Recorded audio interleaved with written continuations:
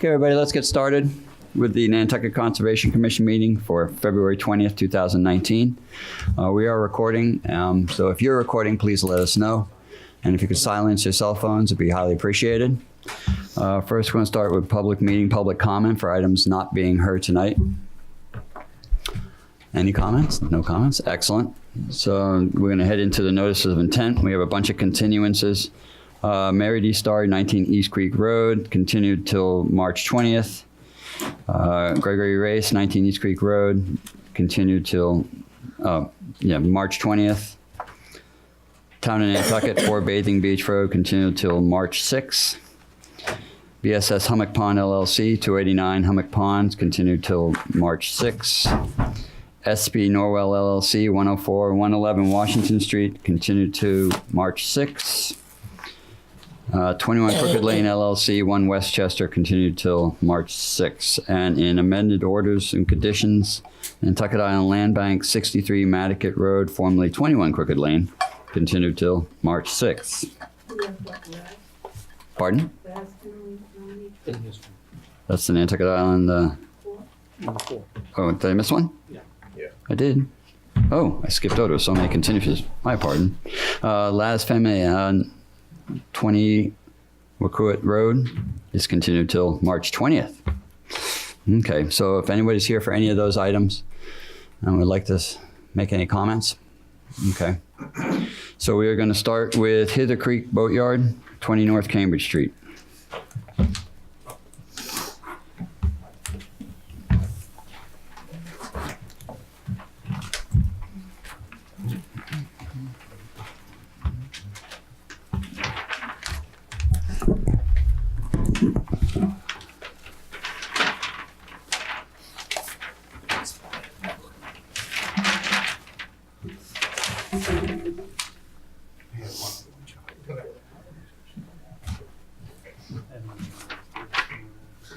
So just as a reminder from last time and for the record, this was continued at a request to provide some additional information. I'll kind of take it from there.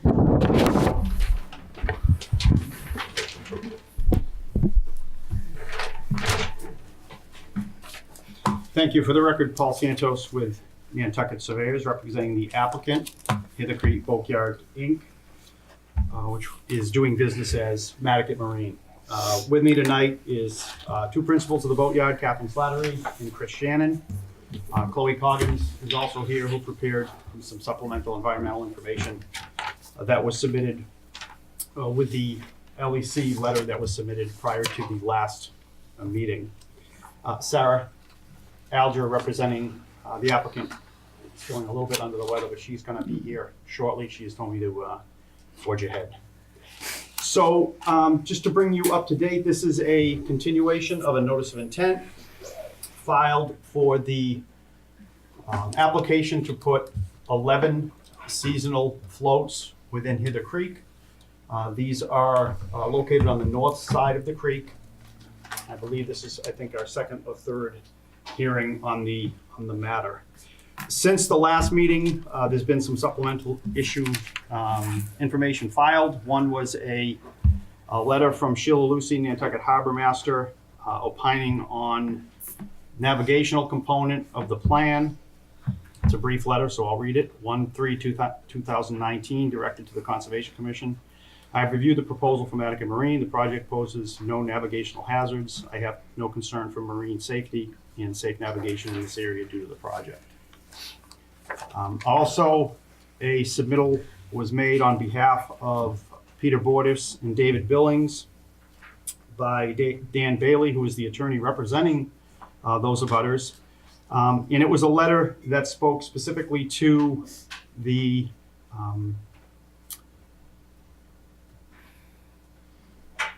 Mass Department of Marine Fisheries recommendation for maintaining a 25-foot buffer between the seasonal floats and the salt marsh. To refresh your memory, there were 3 points made by the Division of Marine Fisheries. 2 of them, I think, have been addressed, and the third remaining one was a recommendation that the seasonal floats maintain a buffer of at least 25 feet from any bordering salt marsh to reduce the risk of slumping and erosion impacts to these resources. You have also received a correspondence via email from Tom Malesko, which is an abutter on the creek. And it's a specific letter with regard to his assessment, if you will, with regard to the creek, navigation, and the project itself. I do have one that Catherine has given me a letter from John Metcalf that I'll actually put that into the record for what the commission may look at, but I'll provide it also. Just a letter.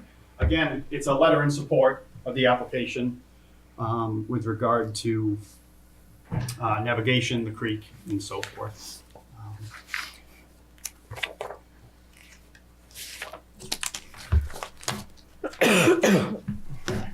So where we're at is basically the plan that you have with regard to the official submittals is still what you see in front of you. Having some discussions with Catherine and Chris regarding the proposal itself, and speaking directly to the Dan Bailey second letter, which talked about that 25-foot setback. We've got a couple alternatives that I think that I'd like to at least discuss and maybe show to the board with regard to some options that we may have with regard to moving forward. Also, to refresh your memory, we did do that site visit previously, so some of you have been on the site, have seen the temporary mock-up that we did with regard to the seasonal flow. I will mention too, actually I did include, which I didn't mention, was a series of photos that were taken this past summer that give you a sense of what the creek looks like in the summertime. The lower portion of the creek away from Nantucket Marine with a number of scattered moorings. I mean, these are all in the packet. And then as you get further up into the creek, you see Nantucket Marine itself with their specific moorings that they control. In addition, there are 3 or 4 private moorings that exist up in the area of the marina itself. So what we've kind of come up with here for something to talk about, and have not shared this with any of the abutters, and we're just kind of putting this out for the first time tonight. There you go, Dan. These are just 2 options.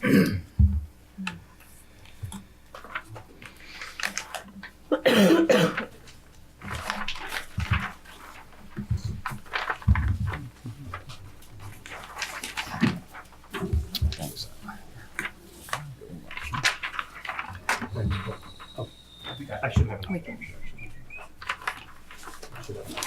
Ernie, do you need one? So option 1 is the similar proposal, which is the seasonal floats. In this proposal, we have eliminated the 4 3x18 floats that were located up in this area of the creek, which is kind of to the north of K Street, if you will, just west of the actual marina itself. So we've eliminated, under this proposal, eliminated those 4 seasonal floats. Oh, these are the 4, these 4 floats here. So the 4 3x18 floats would be proposed to be eliminated, and we've now limited the project to seven seasonal floats located, again, adjacent to the north section of the marsh. We've proposed to remove one of the moorings that you see kind of in the central area of where the seasonal floats would be. That mooring would be removed. This is a 1" equals, it's not listed on the plan, but it's a 1" = 40 scale plan. And this scenario here, the distance from the marsh to the boat side, if you will, of the seasonal float is 20 feet. So distance from the marsh to the area where the boat would be sitting is, in this case, is set at 20 feet. That would put the engine, or if you would, or the prop for the boat to be 24, 25 feet, if you would, from the edge of the marsh, if that boat is sitting running in a north-south direction on the seasonal flow.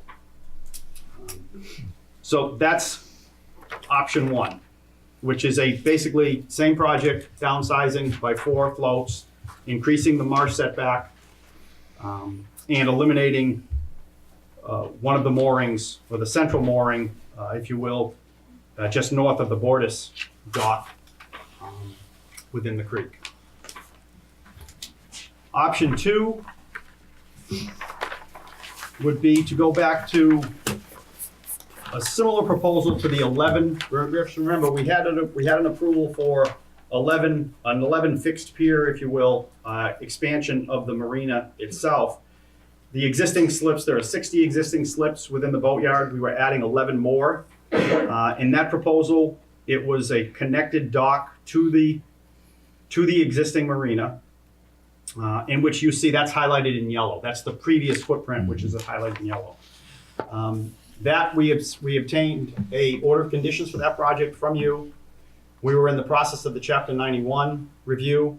We had actually gone through a core review, and the layout that you see here, which is tweaked a little bit from the yellow, was the last approval or go around that we had with the Army Corps, in which they requested us to be with this proposal to be 10 feet off the edge of the marsh, a restriction that all the boats would be bow in within this configuration. And they were going to limit the approved reconfiguration perimeter. They were going to extend the reconfiguration perimeter for the Chapter 91, also with a restriction that no cleats be provided on the north side of the docks, so as no boats were tied up on the north side of the proposal. And that's this side. Yes, that side, yes. Marsh side. Yeah, the far side. Far side. And quite honestly, that would be the proposal for the 11 seasonal floats too. That condition could be put into any order. We have no intention of putting any boats on the north side of the seasonal floats. This scenario would be a little bit different in that we would attempt again to do this one as a seasonal. We could potentially do this one as a seasonal float assembly. We wouldn't put in the heavy 12-inch diameter piles that were proposed under the fixed dock scenario. It would not be connected to the existing 60 slip facility, so you wouldn't be able to walk to this facility. It would be a similar setup to a seasonal float. It would just be in a somewhat of a more constructed configuration that you see here, with a less pile size and so forth. This footprint here is about 1420 square feet of actual dock. It would be a 5-foot wide main floating dock and 4-foot wide floating finger docks of approximately 32 feet in length. So again, both options would still be what we'd consider seasonal floats.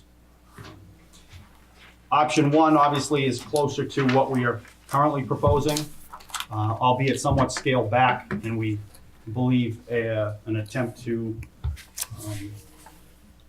deal with the recommendations of the 25-foot setback with regard to how these boats are sitting in there.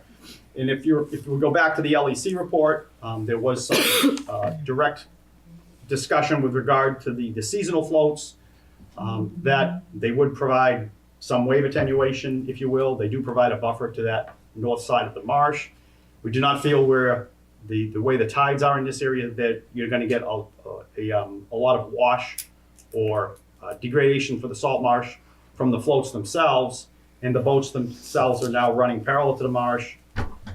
The props themselves would be in excess, or at least at the 25-foot recommendation setback that is set forth in the state's letter. So it's just a couple different options. Obviously, Nantucket Marine's willing to, they've heard some of the concerns. They would like to obviously still pursue an expansion, and we're just putting out a couple options that you may have. Obviously, if we're going to discuss this a little bit further, have some time for the opponents of the project to maybe look and view at these different proposals. But we feel it's a compromise that may make this more palatable for everybody. Chris is here if there's any specific questions with regard to what those photos show with regard to the wind directions, the boats on the existing moorings. Catherine's here, Chloe's here, and we're happy to answer any questions that you may have. So on option 2, Paul, is the Manic Marine going to lose some of the existing moorings as well? Although it's not actually shown on the map, but there's one right in front of the middle of these slips, and there's one that apparently has a radius right at the end. Yeah, the original proposal for the 11 slips did mean that some of those moorings would not be in those positions. Yes, they would be lost. They would not be, those moorings weren't going to be able to stay under the prior proposal or this proposal. Right, okay, I just wanted to clarify how many moorings would be lost. Well, I think under this scenario, at least two of them. I think there's At two least of them. two, yeah, Two of them. okay. Which is the same as would have been under the 11, the original fixed dock proposal. Right, but, so the. One of these is actually Chris Shannon's private mooring, and then the other one of them would be Nantucket Marine's. So the net gain would be 6 on that, right? There'd be 6 slips. I'm not sure, whether those 2 moorings can be reallocated somewhere else in the creek. Okay, I don't know, Chris, whether that's a possibility. Or Captain, that I don't know the answer to. Sure we can get an answer to that before the next meeting. Well, Yes, it would actually be 3 moorings, okay. or relocated or. Under option, 2. and just for the record, it's Captain Slattery's. Oh, thanks. Paul, Yes. on option 2, would you be able to get boats on both sides of the finger piers then, so you could have 2 boats on each finger? Or they're No, just and on option one? 2 is the boats are labeled in the circle, 8 all interior. Okay, so there's only 8 boats. Yeah, Okay. 8 boats, all interior, none on the back, the north side, and then none on the ends. So, And they would have to, again, like rowboat or kayak out to this since it's detached? yeah, I'm assuming there's either a valet service or a dinghy service, so that they would probably attach the dinghy. The Run and dinghy should jump. be attached at some point on the Okay. finger here. In So, option 2, there's 7 pylons, is that correct? What's that? Option 2, there's 7 pylons. They're gonna attach this float system. Correct. There's pilings along the backside of the 5 foot, and then on the head of the finger piers. 1, 2, 3, 4, 5, and then I think we had 7. Yeah.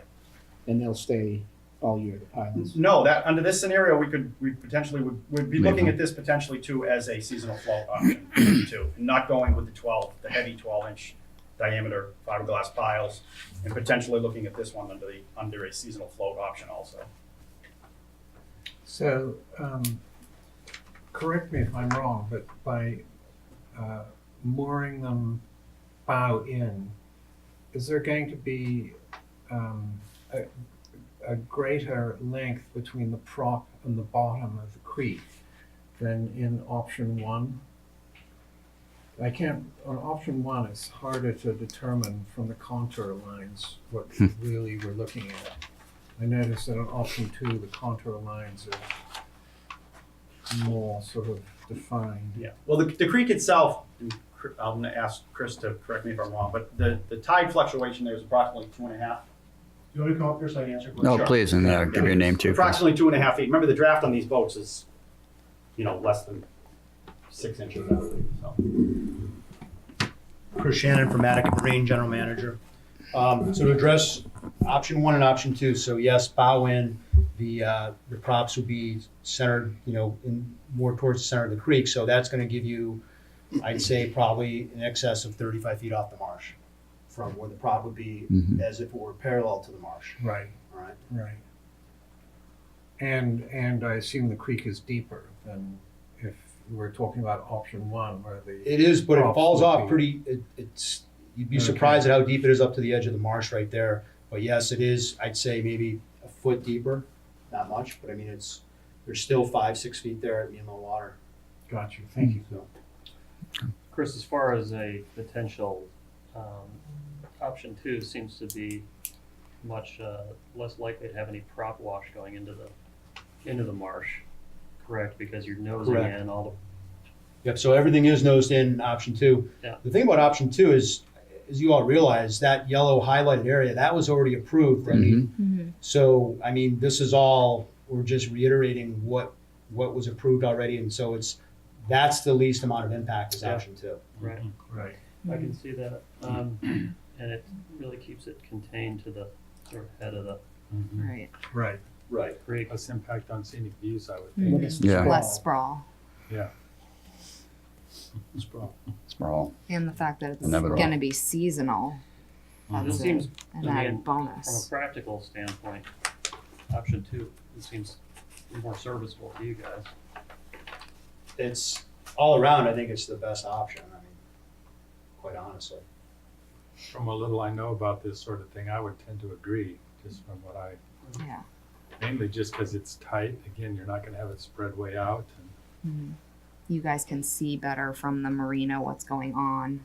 And, Yeah. Certainly more in favor of option 2. Yeah. I am as well. I also noticed in the aerials that, especially on photo on 87, that southern wind, it's could be deceptive, but it does seem a little tight in some of those spots. So I definitely appreciate everything I see, but I think the option 2 in my mind would seem to be more appealing. And not to mention that, what was really tripping me up was this opinion from the Division of Marine Fisheries and the 25-foot Mhm. buffer, and not able to achieve that with the navigational. Although you were moving the floats farther out in option 1, But still not. Yeah, but not. but not enough. But it does. I went 20 Yeah. to the boat side, which Right. And then the that prop. it'd be 25 to the prop. Right. Center line of the boat. Yeah, if you would, I mean, Okay. the option, as I said, the option 2 was vetted pretty, almost to the end of the chapter 91, and we were at the end with the core. Yeah. And that's why you'll see a little bit of a difference there in option 2 from the yellow from what we had permitted here, because the core asked that we pull it away a little bit. And then they were the ones that came up with the requirement of bow in and no cleats on the backside on the north side of the dock. And that was gonna be a condition of their permit. Did we have some sort of curtain originally in that? We talked about prop washes, Yeah, but but you're not we gonna- never. But if you did bow in, which is similar as to what was done over in Chatham at Would be Outermost an Harbor, issue. they do all bow in to minimize the impact. There's no need There's no. Mhm. There's no need for Doesn't- any Yeah. kind of an attenuator underneath the floating docks there. So are you going to end up with more moorings down to the southwest? No, because what happens is, my mooring comes out, Mr. Sharp here will get moved over, Mr. Mayo, which is an old, that mooring will get, Mr. Sharp will move over to where Mr. Mayo's is, and then our, existing Manic Marine rental mooring will get moved. So, there's no impact down to the west end of the creek. Yeah, your moorings are pretty well spaced here. I mean, there's a fair amount of space between each. Ours are the only ones that are permitted by Army Corps, Yeah. so they're located where they have been for the Yeah. last 20-something years. Yeah. So they haven't changed. Okay. Well, I'm very pleased that we have an Oh, yeah. alternative here. Mhm. Definitely. Other comments? Any Okay. question? So, and I open this up to the public. Thank you. New information, please, would be appreciated. Go ahead. Thank you, Mr. Chairman. For the record, Dan Bailey, and represent Peter Portis, David Billings. As Paul said, this is the first we've seen of this. Obviously, it's an improvement, Mhm. and we appreciate the effort.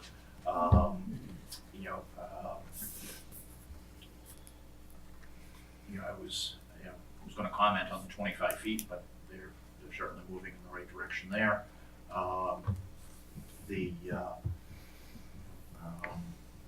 Particularly, option 2 responds to some of the concerns in particular that my clients have raised. I think at this point, as Paul suggested, we'll take it back. Peter couldn't be here today. Mhm. And I'll confer with my clients and see what they have to say. I know you have a letter in the file from Tom Maleshko. objects to the first proposal, the linear, Mhm. more sprawling floats. That came into Peter and David, but it came in after the deadline for getting materials. And I had intended to read that, but it speaks for itself. Mr. Maleshko is known to all of you far better than he is to me, and his expertise in this area is quite well known. So, I'm not going to belabor it. I think we've said what we have to say. The proposal is now a little different, and we'll think about it, and I'll talk to my clients. Okay. I guess we'll probably see you in 2 2 weeks? to 4 weeks. We'll see. Yeah. Okay. Other comments? Okay. So, any other questions? Yeah. Okay, you want to continue? Oh, please, come on up. Please give your name.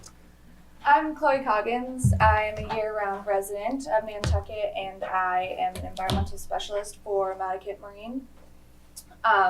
So I just wanted to make a few points on the status of Hither Creek, because I know there have been some concerns mentioned previously.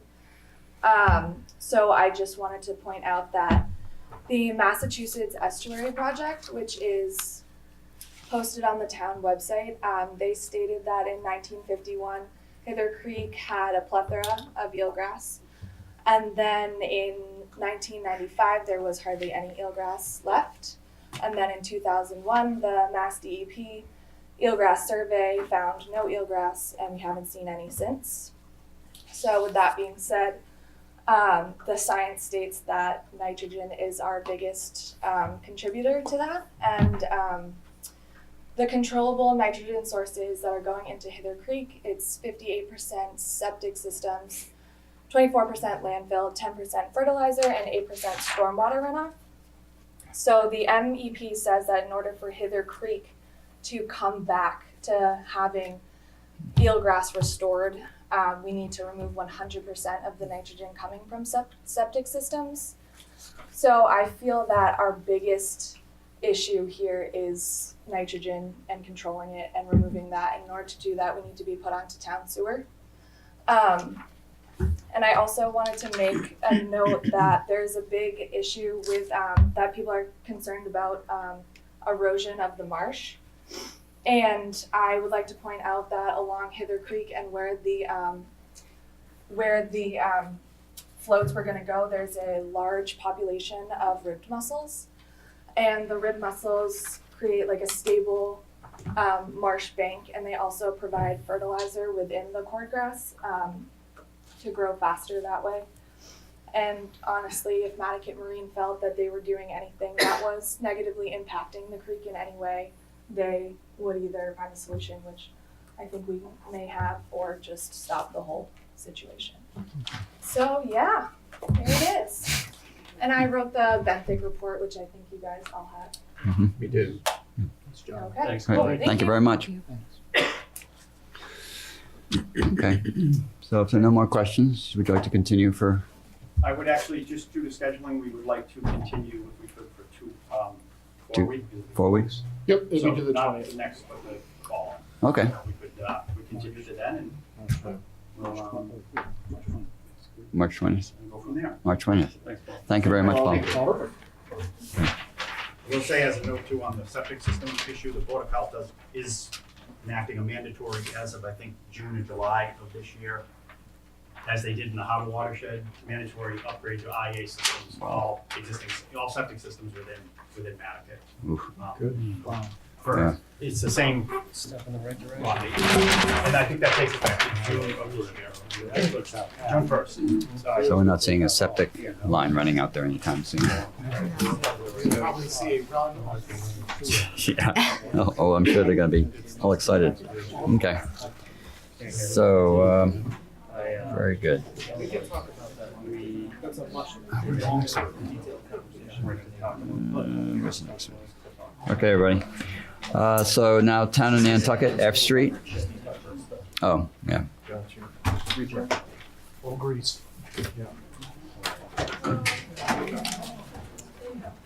Who's doing F Street? Are they here? Oh, there he is. Here we go. F Street. Traffic. You had to weave through the fray to get up here. Yeah. You want to spread those out first? First set for these guys.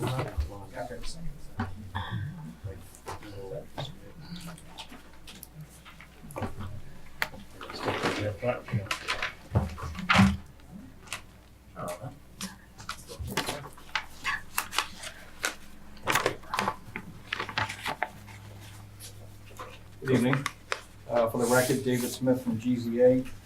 I'm here representing the town of Nantucket, and this is for the F Street bulkhead replacement project. I was before the commission back in January 16th, and presented the project, which is putting in a new steel sheet pile bulkhead around the perimeter of the existing F Street pier that currently has a steel sheet pile bulkhead that has numerous holes and is severely deteriorated. So this project will involve the driving of new steel sheet pilings, removal of the top of the existing, and regrading and fixing and addressing the sinkhole issues that have occurred at this site for quite a few years. In the original application, there's an existing catch basin with a drain outlet that drains to the east. And in the original application, all we intended to do was to extend that drain outlet through the new sheet piling and not really address anything having to do with that existing utility. With the concerns that were brought about from the Division of Marine Fisheries letter, dated, I don't remember the date of that letter, but I think January 4th, I got it right here. And also the concerns from the commission when I presented this project back on the 16th, we decided to take another look at what we could do to help improve that runoff in that area and that drain outlet. So after some communications with the town, it was decided that two things. One is that we're looking to replace the existing manhole and catch basin that's there now with a new structure with a new outlet line that pretty much goes out to the east side, very similar location as the existing. But in addition to that, we want to install a filter system that'll go within the catch basin itself. And I included a letter as part of this supplemental information. I hope you all got it. It got sent a little late there at the end of last week, but the letter basically describes the two changes and also a revised plan that indicates that a new manhole and filter mechanism will be installed. We did contact two manufacturers, REM, Triton, which I believe has been used before in other places in Nantucket. And it's a pretty neat system. It's an insert that gets inserted into the manhole structure itself, and and it's meant to capture sediment, trash, debris, and hydrocarbons. There's also another firm, Cleanway, which offers a very similar type system. So both of these systems, we ended up contacting them and gave them the rough sizes of what this manhole is, and it's no problem as far as getting the filter to be included. As far as the actual design of the new manhole and catch basin that's going to go out there, it's probably going to be very similar to what is out there now, but we're going to deal with the sizing of all that in the final design of this project. So, I think we can all agree that that's a step in the right direction. My concern is the filters getting replaced on a regular scheduled basis. Right. So we'd have to certainly, yeah. I mean, it's DPW. Yeah. Is that who would be probably? That's right. That? Yeah, we did have I did have some communication with the DPW director and other people at the town. It is going to be a maintenance issue. Mm-hmm. They're going to have to replace the filters. Filters are pretty inexpensive in the overall scheme of things, but it will be something they'll have to maintain. And is there a standard schedule of replacements on a? I guess it kind of depends on use and the amount of debris you get. They said about yearly. Yeah.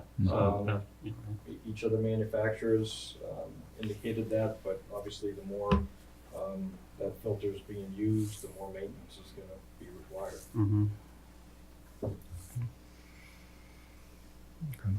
I think the only other thing was lighting issues. we had, right? What do you got? Yeah, so the lighting issue, after the meeting here on the 16th, Chuck Larson, who was a representative from the town, and I were both here at that meeting. We actually drove to the site afterwards. It was nice and dark, and you could actually, and I have some pictures here, I didn't submit it, but what we felt, I can pass these around if folks want to look at it, but what we felt is the lighting there with that light pole and the two, floodlights that are on top of this pole provide pretty good adequate light throughout that whole pier. And with this proposed steel sheet piling, we're gonna move it about 10 feet landward just because it's gonna impact the sheet within that location. So I think the agreement was on folks at the town was that we weren't gonna do anything different with the lighting that's there. We felt it lit up the site pretty well, and it just wasn't warranted to add any additional lights. Now, I think we were thinking more down, Yeah. smaller It lights. lights up the fixed pier pretty good. It's just the float area that's Yeah. left in the dark, as it were.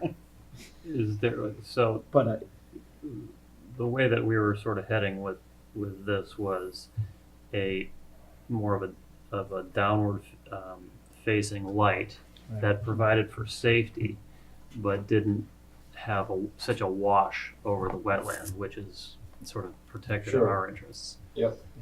So we're that was, hoping for like maybe another post at the end, just shining down on the float instead of trying to illuminate the whole run. or rethink it entirely. I mean, similar to what you see downtown on the piers. Those They have small- the small lights that light up the dock for safety reasons, but Mhm. you're not lighting up the whole night sky with this thing. I think Just small. their issue is then they have to run electric further Mhm. out. Right. That's correct. Yeah. There are self-contained units that you can use that have a similar effect. I mean, they could be solar, Right. solar Mm. lights that could be added to the top of the gangway, could be added to the float. Mm.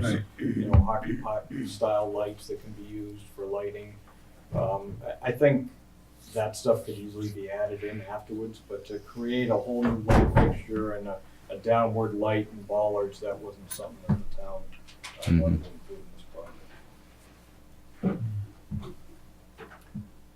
I wonder if the town has any way they can modify the light, for existing light, to make it less or more focused. Who knows? Well, the bike path across Goose Pond there, Mm-hmm. there's, we've been looking at some very small lights that are self-contained that just shine strictly down with a solar panel on the top. Mhm. They're 2 or 3 feet high and disperse the light downwards. And we've got it in the literature. If I can send it to Jeff if that's any help to you. Have like a battery included then that just keeps Yeah. getting recharged in the daytime and. Right. Things that are out there, the solar technology is amazing. I Right. actually bought some for my house in a dark Uh-huh. area that were triggered by a sensor and stay on 15 seconds and shut off, and they're really bright. It's, Right. they can be used. Yeah, I was thinking, we got a power source on the pole. The light on the pole maybe could be modified. That's all. My thought. Nah. Well, we're thinking this is a chance to get something, Now's don't the know. time to Something do less it. obtrusive. Yeah, I would think there must be a ton of less light options. It's a pretty common issue these days, light pollution. But I like it. You put a filter in. That satisfies the beer component for That's sure. the right thing to do. Yeah.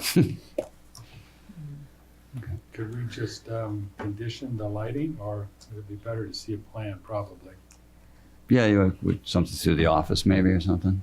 Yeah, because this street light, like when you look in the photo, is definitely tied in to all the street lights, and it's probably a given distance between each street light that this has to be. So I would assume that they would need. Yeah, there may be other issues here that we don't have Yeah. jurisdiction I thought over this here. was- I So thought this was installed by a private isn't there a home right near here that was having some safety? Or Oh, right. Mr. Greeter had come in last time and expressed that he had encouraged the town to install that Oh, he encouraged the town, as a right? I wasn't safety sure if that issue, was right. I wasn't sure. and to also Because of the shenanigans. discourage less than moral behavior on the pier after that. Less than moral.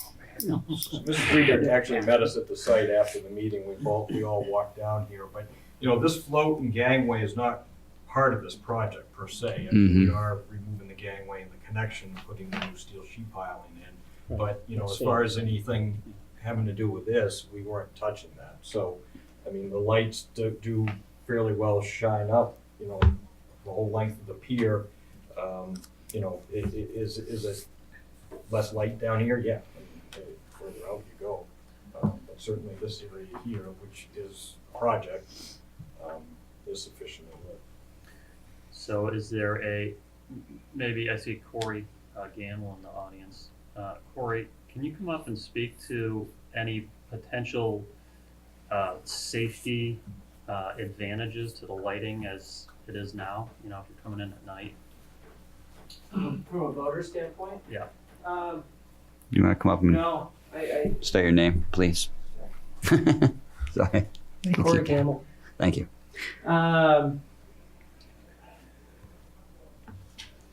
No, I mean, it's nice to have reference points, you know, if you're coming in to have that, because it can get dark along the creek there, you know, so I will say it is nice to have that as a reference point as a voter. Mhm. And I hadn't thought about it from that since he brought it up. Yeah.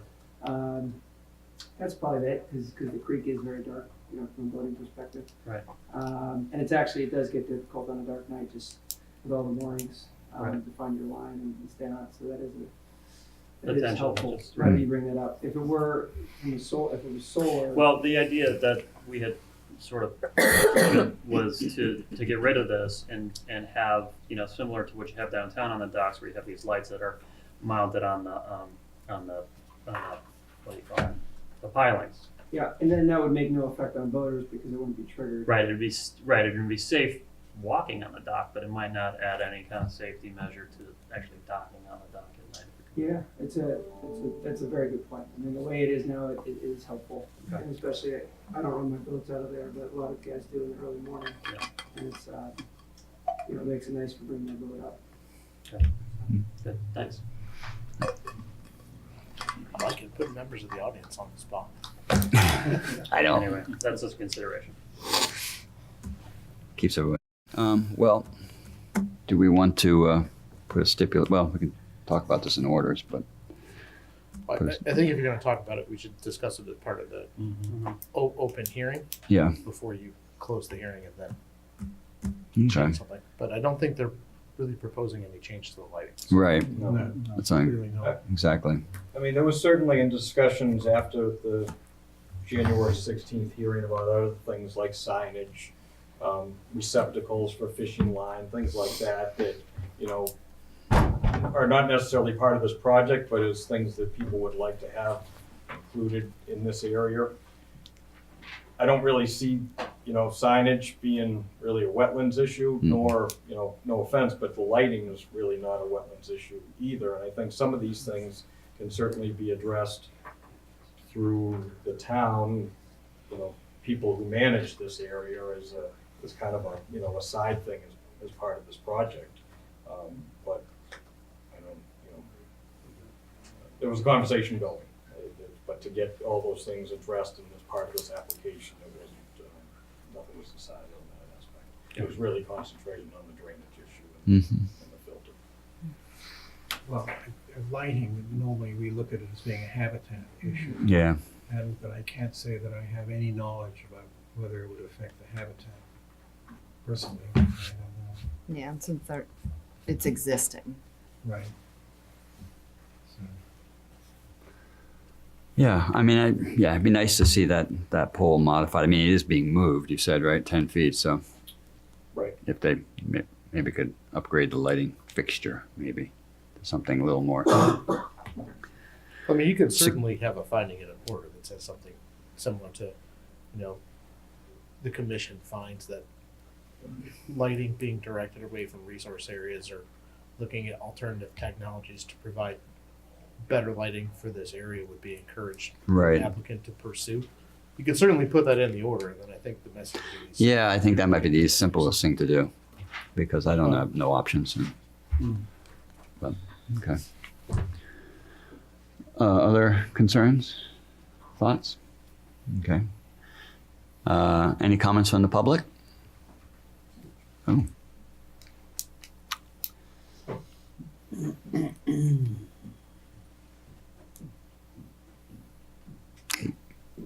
Catherine Slattery, 261 Nantucket Road. One concern that I have witnessed happening at this pier, which is in the preview of what you do for keeping track of the environment, but may not be the construction component, is that there is frequent use of this pier for changing of oil of boats and fueling boats with diesel oil. And there is no boom protection, nothing. So I wanted to know what would be happening in the future as this pier is rebuilt to protect the environment and to keep those kinds of activities from happening or not happening or happening in a controlled way. Yeah. How about not happening at all? Right. And Yeah.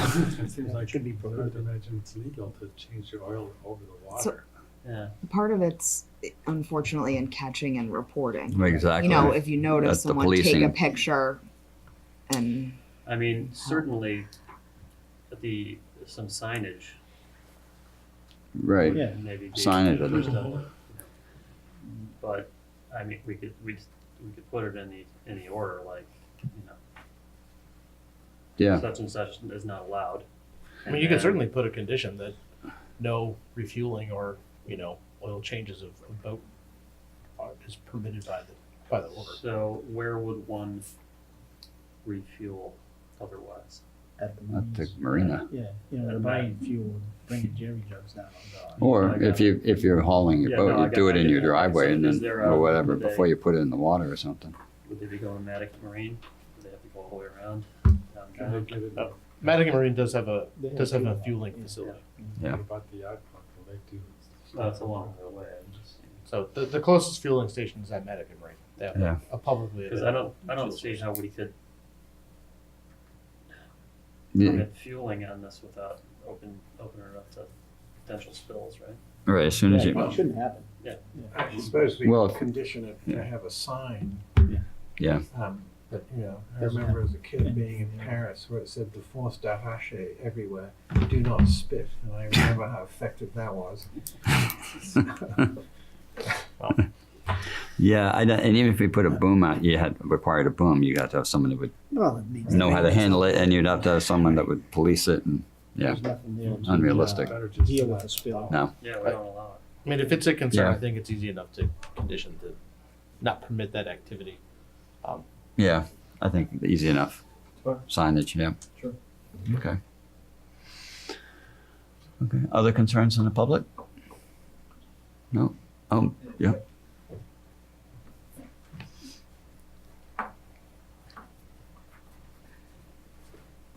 Chris Shannon from Nantucket Marine.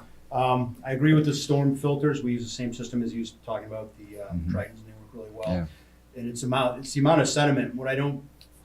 It's discharging to the east. It comes out this east bulkhead side. I haven't looked at the. Yeah, that's where the Yeah. existing line goes out now. We're just gonna continue it out that same side. And that comes out above mean low water, or where does that exit on the Well, bulkhead there? I think what we're gonna look at that closely as far as the elevation. There's not a lot of height to this Right, right. and in relation to the high water, so I think we want to try to keep this up as high as we can, Yeah. but realizing that we, need to be able to have this at a low spot so we can really drain that pier. Right. So Okay. as high as you can on that side. Then we replace ours every 6 months roughly.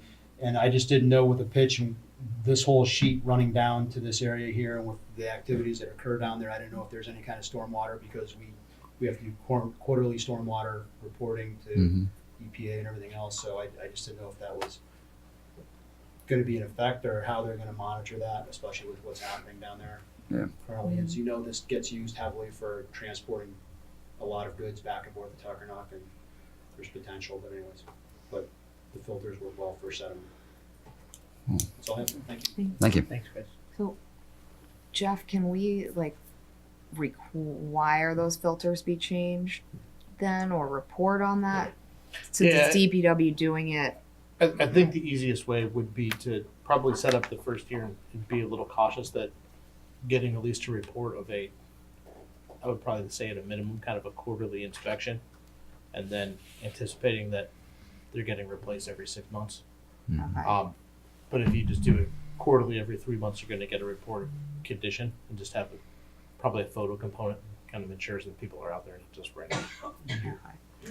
And then going forward, then you have it where you're seeing it and then they're having to check it and then they're having to replace it. So I don't think you can necessarily dictate what the replacement schedule is going to be above kind of what the manufacturer specs out. I don't think you can say they need to be replaced every month if the manufacturer is saying that they are good and fully functional for 6 months. But I do think you could require that inspection if it looks like it's getting sediment at a level that it's not functioning anymore, to require replacements upon seeing that. So I think if you set it at quarterly at first, and then after the first year, you can always relax that a bit if you feel that you have a better handle on what that flow is going to be. And then that condition would be ongoing past the project. Yeah, you'd set that condition up to be, if they came in for a certificate of compliance, that would be an ongoing condition to do, and they'd be replacing the filters. Okay. So I have a question, which is, if Nantucket Marine has to report to the EPA every quarter, why doesn't the town repair all those separate issues here, Separate issues. Because they actually have a fueling station. as opposed They're to? Based on use category. Yeah, Gotcha. Nantucket Marine's permits are much more involved and complicated for this for everything they do. So they have everything from, washdown stations to their facility there. They have, chemicals in use for working on boats and doing oil changes, and they have a fuel service, and it's different than just a different. public access pier. Yeah. Okay. I will say they do get all the reports in because we get copies of them a lot of times to read. They're interesting reports. I hold on to. Okay. Any other questions from the public? Okay. No more questions from the commission? Okay. Do we have everything you need to close, Jeff? We do. Would you like to close? Yes. Excellent. Have a motion? To close. Second? All in favor? Aye. Thanks. Thank you. Let's close one.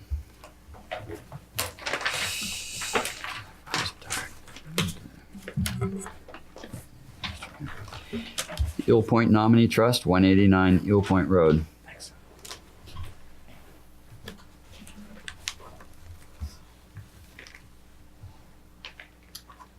Paul, sir? I'll go get it. I want to skip to another one.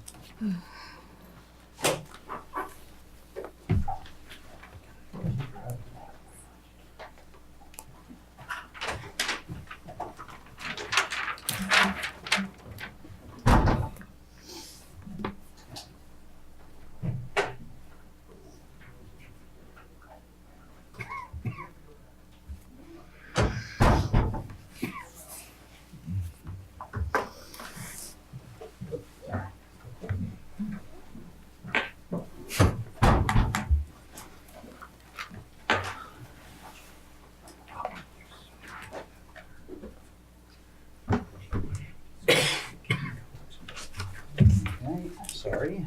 That's okay. Thank you. For the record, Paul Santos with Nantucket Surveyors, representing the applicant and property owner, Fernando Osario. This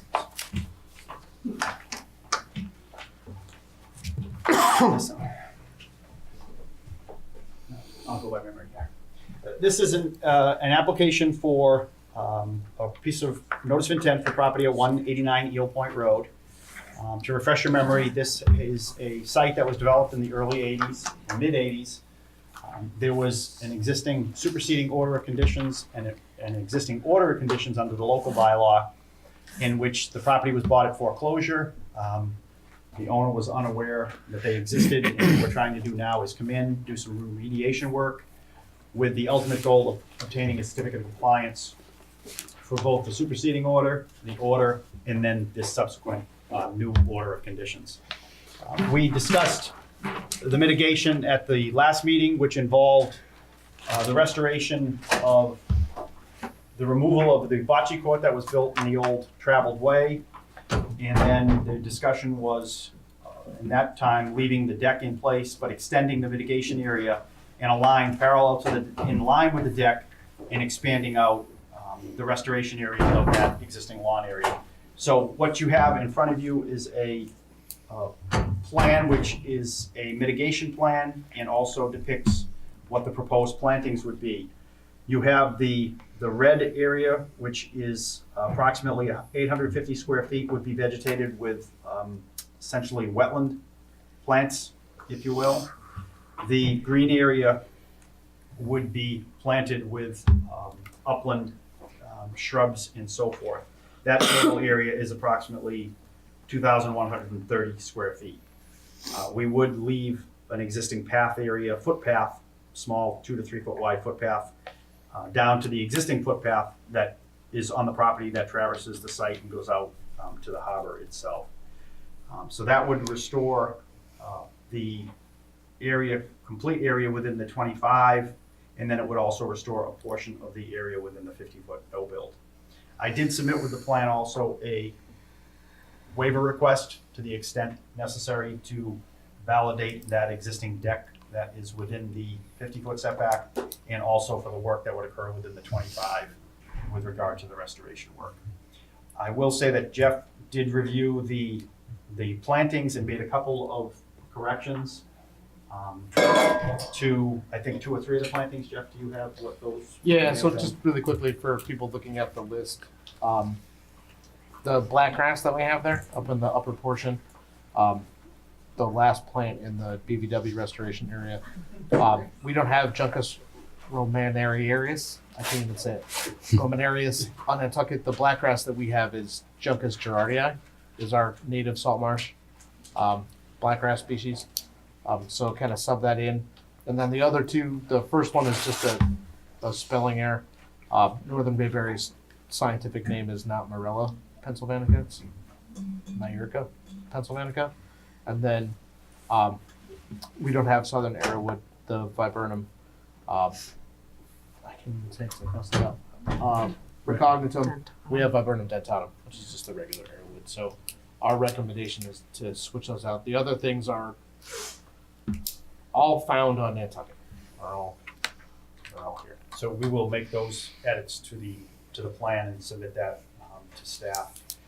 One of the other things too was we had a requirement here, we would post with a post and plaque the 25-foot no disturb zone on the property. We were not going to fence, but we would post. So we'll post it with the we'll have a placard. There's placards made, and we would post that 25-foot no disturb.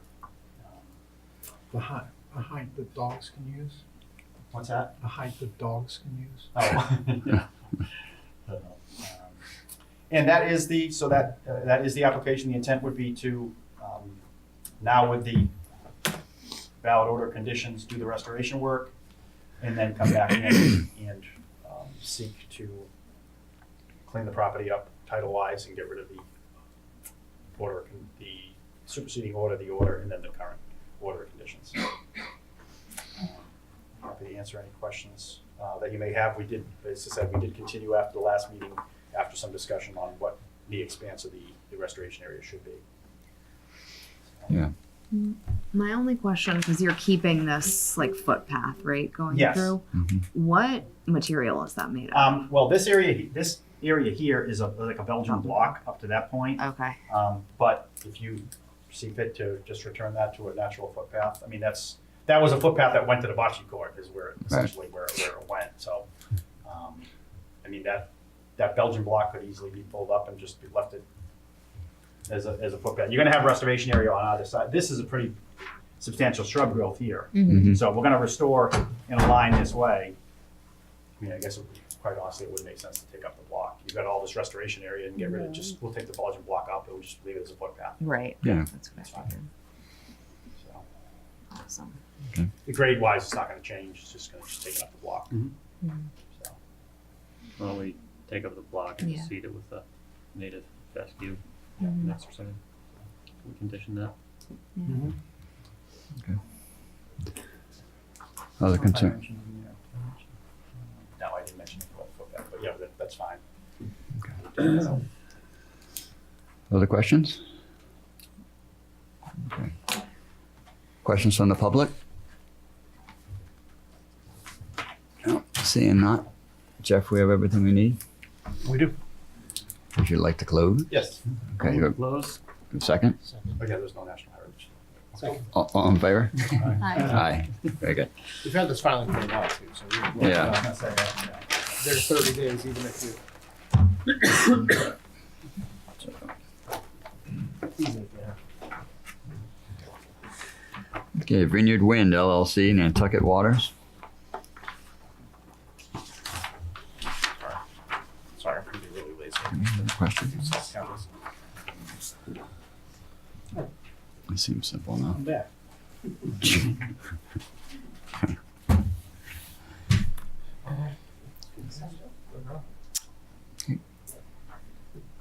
Good evening.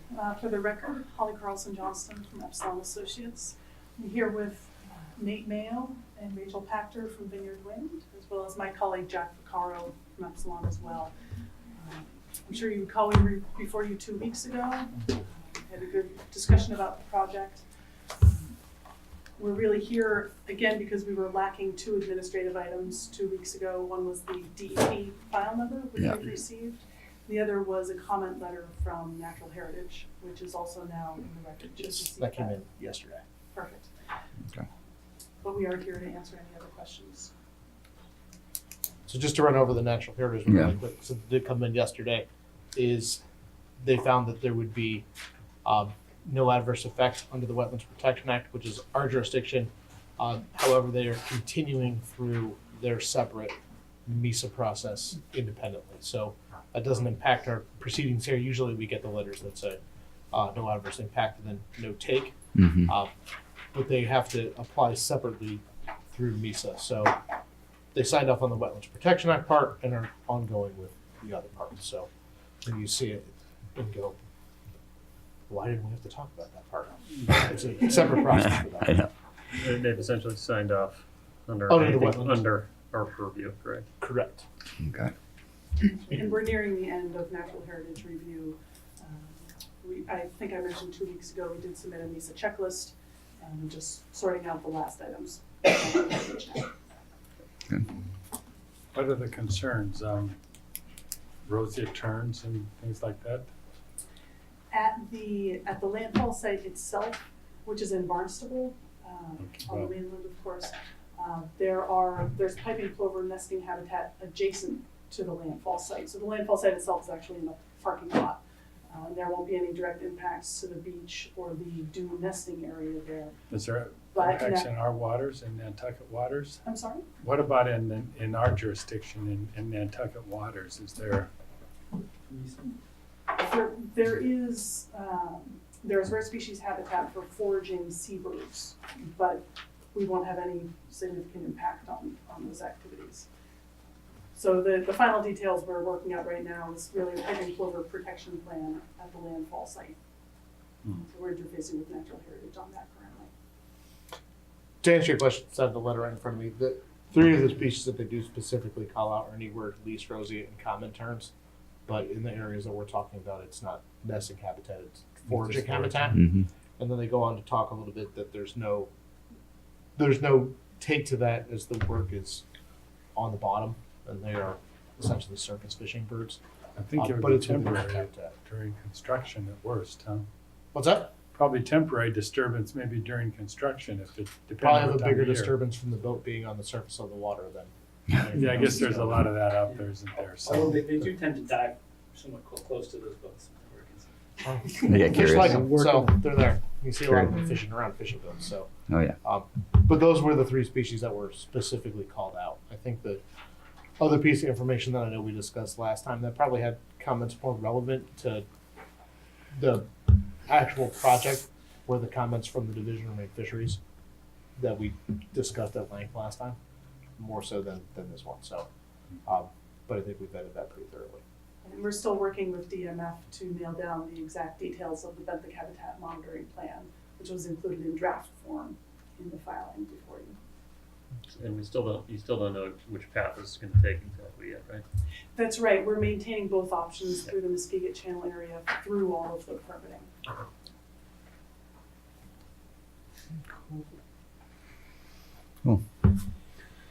Other questions? No. Okay. May I have a question? Oh, yeah, no, question from the public, yes, please give your name again. No, go ahead, come on up. Corey Gamble.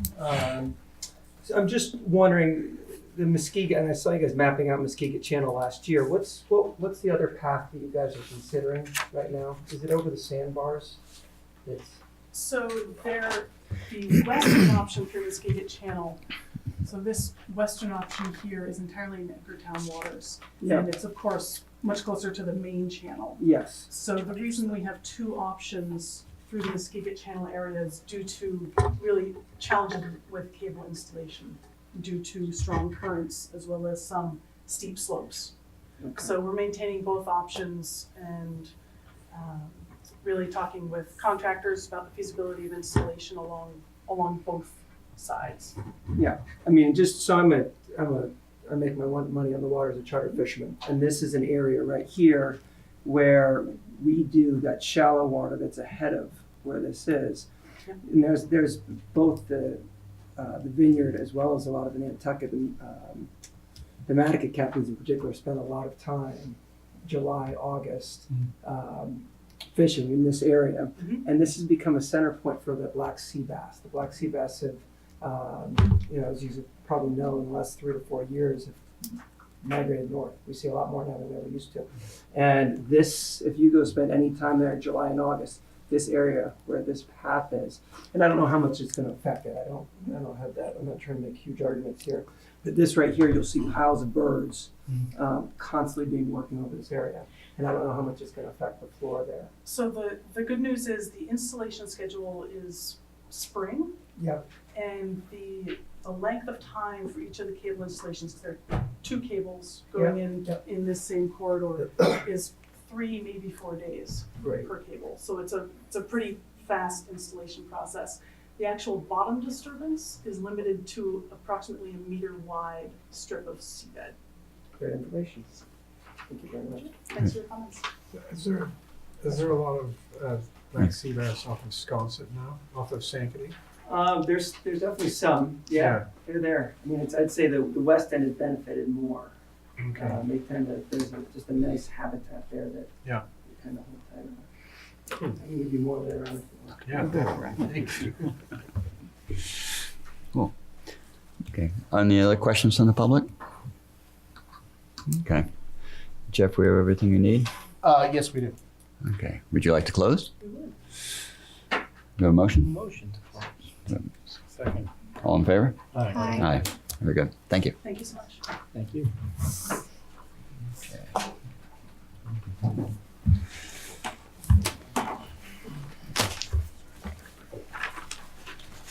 Harborfront Realty Trust, Village Way. Mr. Jeff.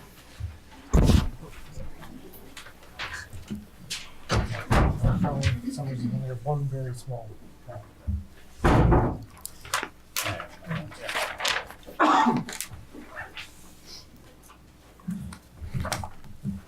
Thank you for the applicant and property owner, Harborfront Realty Trust. This is a notice of intent filing for the removal and replacement of an existing set of beach stairs within a coastal bank to the coastal dune beach interface. So it's essentially a set of stairs that is existing there now. We are basically removing and replacing the existing stairway. We do have a DEP file number. I do not, however, it did require filing with NHASP, and we have not received a comment back, so I'm going to be asking to continue this meeting as we obviously cannot close the hearing. But I think I'll direct you to the photos that are within the application. This is Village Way, which is a small private road, which is located off of Pocomo Road, and it's located outside of that adjoins the Nantucket Harbor. So this is the set of existing beach stairs here, essentially replacing the upper deck. There's a small boardwalk that goes in on the upper side, and then basically replacing and rebuilding these existing stairs. It's a pretty straightforward application. Yeah. Same, it would be in like-kind materials, yeah. It would be. So, Paul, what worried me is it looked like right on the top of the bank, like you were gonna extend like a bump out or landing at the top. That seemed a larger impact to the top of bank than the current. there is, if you go Stairs. to the landscape plan, you'll see, I think it's the second, this one here shows, it shows the existing, there's that existing boardwalk that comes in. So the boardwalk is getting shortened by a small amount, but there is a bench component on that other side. Village Way is actually, essentially what you'd have is you'd almost have a small viewing platform. If anybody who came down Village Way would be up on that top component of it. So is this a pub, like? Village Way, they could not restrict, the stairway itself is on private property, but that upper portion would be, a portion of it would be within that Village Way layout. So anybody in that area could come up and utilize that upper. Because I that noticed upper they component. were adding a gate to these Correct. stairs too. Correct. So, Yeah. which doesn't imply that people can really sit up there. I was not. Well, no, the gate would be on the gate's on the stairs side of the platform. landing. Thus forcing members of the public to just clamber down the side. Jump it. Yeah. Or, I don't know if the gate's gonna have a lock in it. I wouldn't think it's gonna be locked. I hope not. So, They're repairing it. but there is, that's why the gate is actually on the layout side of the component. So, I don't know actually whether I looked at the boardwalk area, it looks like there's like an expanse of, if I took the area of the boardwalk to the area of the other platform with the bench component, whether it equals out, it looks like it may be more there than what was, I can calculate that area though. That would be great, just because it's like looks like it's right at the top of the bluff, and we don't Yeah. need that there. I'd rather see it go away.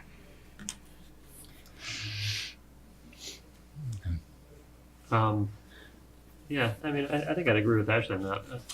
It seems a little bit, it seems like a much larger scope of structure than, Yeah, it's expanding that. I mean, if they want to replace stairs and have a nice, safe new set of stairs, it's one thing, but creating a Right. whole viewing platform that maybe is a little bit much in scope. Yeah. I was gonna say, that's actually, I mean, it's 4 feet wide by Yeah, I mean, it's probably about the same square. 18 inches. I'll look at the square footage and I'll talk I about think that. it's- But we gotta wait 2 weeks. We're gonna continue Yeah. anyway, so. It's also the positioning of it, right on the edge. So they're shortening it to there. Okay. And Yeah. they're just. Oh, they're out there, okay. A little bench here. Alright, So you're it's- taking a it's- third away from It's it a, in length. Okay, well, I will, as I said, we're gonna, see if there's any comment from others or anybody else, but Yeah. I'm gonna be asking to continue as we don't have a response yet back from NHES. Okay. I didn't see any shelving. yeah, I got you. Couple words. Okay. Other questions on this one? Oh, look at that, public all gone. Comment from the public? Okay. Seeing not, like, continue for 2 weeks? Yes, please. Okay, so we'll continue for 2 weeks. Thank you very much.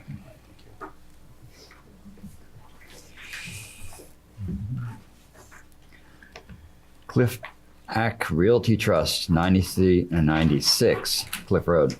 This is gonna continue our Paul Santos portion of the Get a little break after this. Garage. They're really trying to cram it in on this one. What else is new? Okay.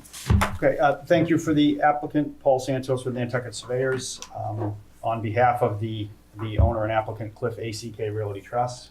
This is a recently developed lot at 96 Cliff Road, which is located on the southerly side of Cliff Road, in the vicinity, if you will, between Pilgrim and the Westmore Club entrance, on the southerly side of Cliff Road. This is a single-family dwelling in which there is currently a side entry garage. If you look at the photos, you'll see there's a shell driveway with a small side entry garage onto this existing dwelling.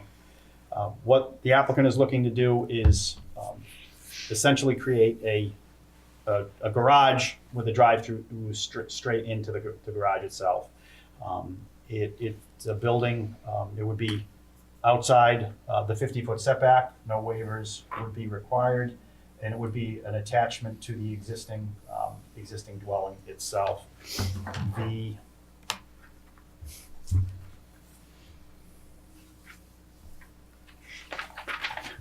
If you do look at the way the driveway configuration is right now, so right now you come in off of Cliff Road, the garage entry is here, it's a single bay entry here, and then the parking lot extends to the backside, further out towards the wetland area in this vicinity back here. So you do have car parking in this particular area here, car parking in the back area here. What you'd be doing is eliminating that parking out in the backside and just having a straight parking straight in with it also has parking which runs parallel to Cliff Road. So you'd be basically putting that car that's now sitting on the backside of that shell drive within the setback into an enclosed garage. As I said, it's right close to the 50-foot setback, but it is outside. There are no waivers required with regard to groundwater separation or so forth. The one thing I would ask if you do see fit to issue an order of conditions for this application, that I do have some flexibility and I may need to relocate this. This is an existing IA system. The tanks themselves, depending upon what we come up with for a foundation design, I may need to move those tanks to keep us 10-foot separation from the foundation, the slab of the garage to the tanks, which is a Title V requirement. So, This isn't on town sewer? no, there's no town sewer out here. Oh. The sewer, the closest town sewer I think is in Pilgrim. I think it's in Pilgrim Road. There is town sewer in Pilgrim. There is. No, it's a private line in Pilgrim Road. Is there room to move those tanks toward the road? Yeah, it would be moved towards the road. The tanks would go further. Yeah, if the only place they could go is towards the road. Yeah. Yeah, they'd be moved further away from the wetland itself. Remember, this one actually, there's a wetland. There's also a vernal pool, certified vernal pool on this Yeah. property also on the So backside. really This was the- the one that we remember the big trees that we cut and we put in the three maples. Oh, yeah. We went over the silver maple, Yeah. whether it was what kind of maples were. Is this like lawn down here, or is that wetland? No, planting? That's just a slope off the backside of the Oh, okay. The house, just the house. Yeah. because one of the views, it just looks like there's something planted No, there. that's just the sloping of it? It's a grassed slope. Yes. Yeah, that's not a lawn. Okay. Yeah. It's a stabilized slope down to Of the native lower edge. species. Bocce court. Well, I'm just wondering because when was this place Yeah, there was built? a slope. Fairly recent. Oh, if it was done fairly recently. Yeah, we were Yeah, permitted it, so I I'm just remember it. wondering how Yeah. the buffer of this vernal pool and wetland are currently looking.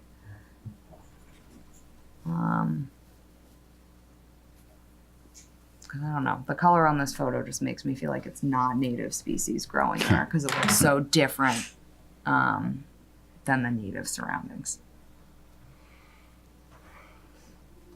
Right, they had to put a bunch of fill in here, right, for this, because Yes. it was dropping Yep, way back yep, in. yep. The fill, and then we put the three Right. maples in the backside. Yeah, I remember the trees. That reminds me a whole lot. I remember the septic issue.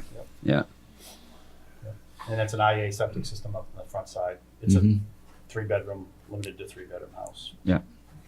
So, and it's on town water. Okay. So would they be getting rid of all the basically that whole driveway? That whole driveway in the backside Comes would just be, yeah, there's no up there, pass by. The driveway Yeah, would be straight in. and then, that- so there'd be and no that car just be parking lawn up further to the back. 50. What's stopping them from having car parking there in future and expanding the driveway? What's that? What's They won't stopping have the them room. from- We'll I don't plant think, it. physically don't have the room in there, I don't. They can't get by the garage. Yeah, they can't get by that left side. Problem he has now is he needed that to even get into the garage is a chore right now to get in and then work his way back into that single bay. So, No, it's hard. So I guess you put like the dumpster right here and then everybody parks out on the street for materials. Because there's absolutely, Oh, when they, during construction, you mean? Yeah. Oh, yeah, there's nowhere to, I mean, you do have spaces here, but there's not. Yeah. It's not, I mean, it's not huge. It's not a full foundation, it's It's a tiny. 4-foot frost wall with a slab. 15 by 22 is pretty small. The house itself is not even, there's no basement living space in this structure, it's a slab. Slab on grade. It's a crawl, but it's like yeah. 6 or 7 feet. They have I a mean, there's basement pool if they Yeah, have there's a no, basement. That's right. This is a low there's no, point. there's no living space in the basement on This this. is a low point in They that also have slip road. proximity issues to their leach field and things. That's Yeah. all crunched in there. Other questions? No. Questions from the public? Okay. Jeff, we have everything we need? Would you like to close? Yes. We have a motion? Yep, move to close. Second? Second. All in favor? All right. Very good. That one's closed.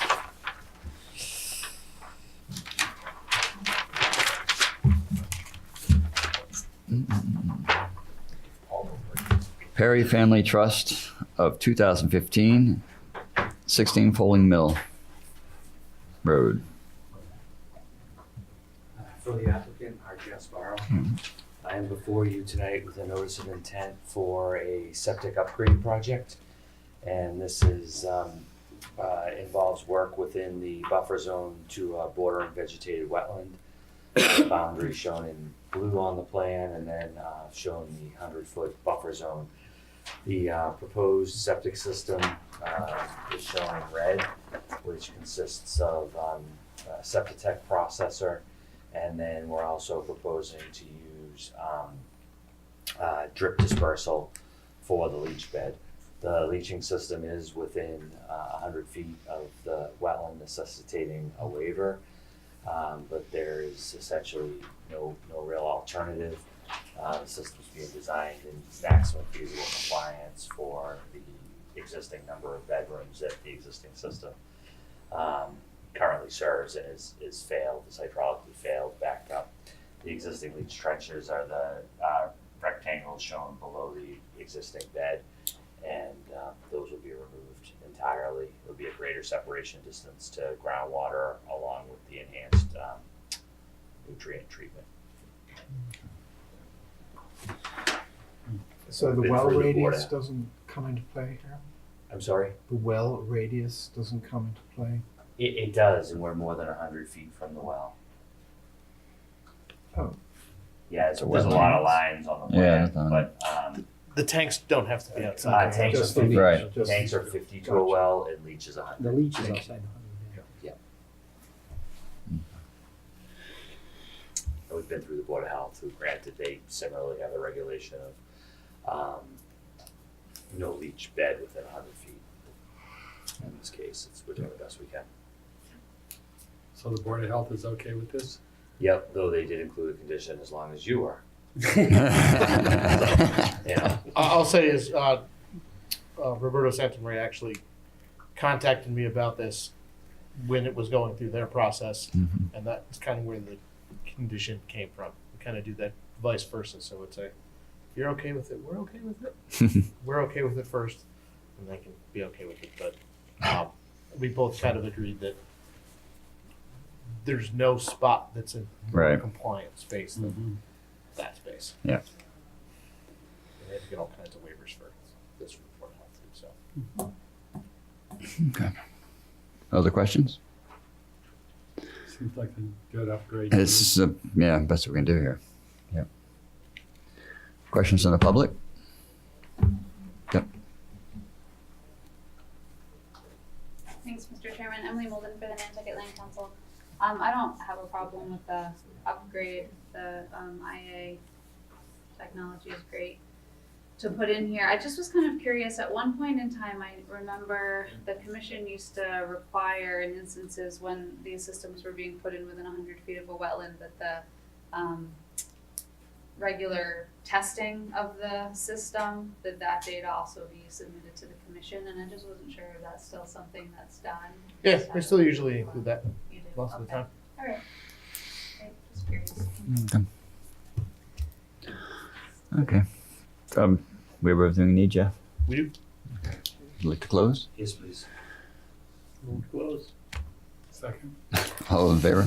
Hi. Aye. Thank Very you. good, thanks.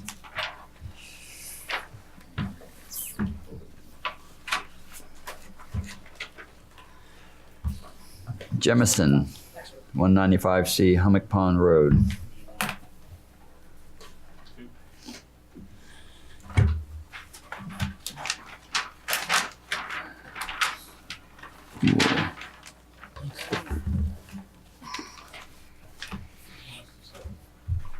I'll share it here.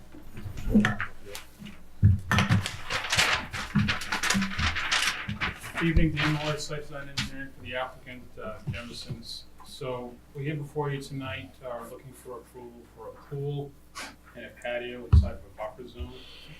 If anyone recognizes any of this, the property was before you back in November for fixing an enforcement issue where clearing vegetation management was done without a permit inside the buffer zone. If I recall, And into the wetland.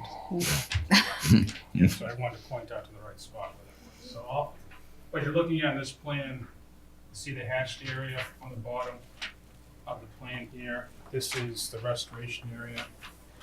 It was previously reviewed and approved by the commission back in November. So what's looking to do right now, they want to put a pool in, you'll see on the right side of the house up here, that's inside the buffer zone. All the pool equipment, everything else associated with the pool is outside the buffer zone. Up here. There's no waivers requested. What they're looking to do is do the pool installation, the site work with the pool, and then do the planting immediately thereafter in this area over here, along with obviously with the rest of it. The planting occurring as soon as weather will allow, which I would assume April. It's too early to do it now. I got the permit in November, which I think was too late to do the planting at that time. Depends on what you're putting in. I mean, my feeling is I'd like to see the planting going before permitting a pool here. I agree 100%. I agree too. I'd like Yeah. to see this get done and get into compliance first. Yeah, that makes total sense to me. Permit I anything else. get that. Yeah. I get it. But we're looking at two separate permits though. You can't directly tie them together. I know what you're asking me to do. And I Yeah. understand that. I came here tonight. I'm Yeah. responding to Yeah. that response. So we need, I guess, an amendment on the other permit too, then, to move the restoration that we've already approved, because it looks like you're requesting to do that. We're asking, right, so we're asking to move a corner of the restoration area right here and do it on this area here. So if that's something you're willing to entertain. Obviously, the restoration has to happen, there's an order for it, there's no question it has to happen. What we're looking to do, if possible, is to see if a condition be put in place to tie it to this in some timing fashion. If something has to. So get an approval. Something has to be done before something else can be done. That's your point. Just a question of what that is. We'd like to at least be able to get the earthwork done here and then plant this. So we're not planting it just to possibly alter it. This earth was grading or proposed right in this corner right here. So what we'd like to do, if the commission would consider it, move ahead with the pool, move ahead with the planting, and save just that edge of the planting until the pool installation is done, and then finish the planting. All of this on our side projected to be done this spring, the entire installation. I mean, I'm looking at this as we've had over 6 months of this land uncovered, nothing done to fix it, because clearly they wanted a pool to begin with and got a little overzealous with their clearing. And that's concerning to me because there are impacts to a wetland for leaving that space that long. You know? And to me, it's like, well, then I know we cannot do this, but then we should be retroactively fining for every day this isn't covered if we're making plans to go forward on a pool and not fixing the problem. Jeff, what's the mechanism for getting the restoration done before anything else is added to this? So, thinking about that, I think the template for this is a little bit what we did at, if you guys recall recently at 62 Westchester is probably the most recent one, where there was some work that was done and some clearing that was done kind of at the same time. And we had essentially required then that before work could start on any of the new permitted activities, and as far as squaring away the old kind of violation activities for the construction that was done, that the restoration work be put under contract with that money set aside to cover the contract for its entirety for installation, maintenance, and monitoring for the life of the permit. And we had put a time frame on that of about, I want to say, we had put a time on that of 30 days after the end of the appeal period, that contract had to be in place or the permit was revoked. And then the next milestone was at the start of work, the vegetation work had to be underway before the other work could begin. So you could set it up similar to that. I think whatever you guys felt was necessary to sequence that, I think we could explore those options in an order if you guys wanted to see what those look like, if that's the concern. I don't think I want to draft it on the fly and try to come up with that, but if that's if that's the concern, we can try to see what that would look like. If it's too overwhelming of a concern after we look at that, you guys can obviously decide where you want to go from there. But I think something like that would be in place. Or if you set kind of a hard and fast date for the work beginning on the restoration, that if work hasn't commenced by then, and then at least the major part of the planting's done within a certain time frame, might have to look at how many plantings were done. That is a cease and desist on all work until the remainder of those plantings are in place on all other work. You could try to do something like that. I'd have to puzzle out the words on that a little bit, but I think you could certainly set up milestones to be Yeah, you gotta definitely have milestones. Like a date reference idea would be cleaner. I think it should be easy. It's hard and fast. You shall do this by this date. Or we revoke the permit. And just for simplicity, that would be the easier thing to do. That gives a hard and fast. You did all this work. Basically, you have the plan, you lost it. Plus, you still have the original order requiring work, which you can still enforce. So that would give you two mechanisms to ensure the work is done. Yeah, but Ashley's point is that she wants the work done first, and then it's been postponed I deliberately. think it's a much better, what's the word?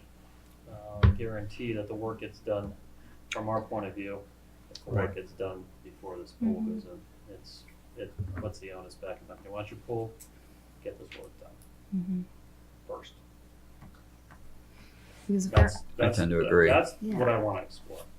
I tend to agree. No, you can certainly sequence that. You could tie them together. You can simply have a condition that simply says, all restoration work under, and I apologize for another number off the head, SC 48, 1,000. No, it's not 1,000, but whatever number it is, needs to be underway and inspected by the commission prior to starting work on the pool aspect of the project. You could certainly set that there. Obviously, at the same time, you don't want people putting plants in the ground on February 24th because No, I know. But there is, we have that as there's a survival percentage component of this too. So if they put their plants in the ground, Yeah, the original order did require ongoing inspections, and I think there's a survival aspect as well. So if they plant them, they have reporting. Success rates. And you could set that up so they have to put it all in, and then the whole commission does an inspection or parts thereof above and beyond before they can begin the next aspect of the project.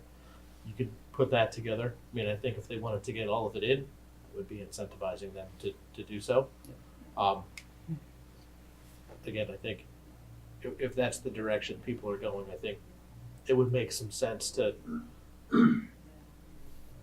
ask the applicant to leave the hearing open, so you don't put a 21-day clock on getting those conditions correct.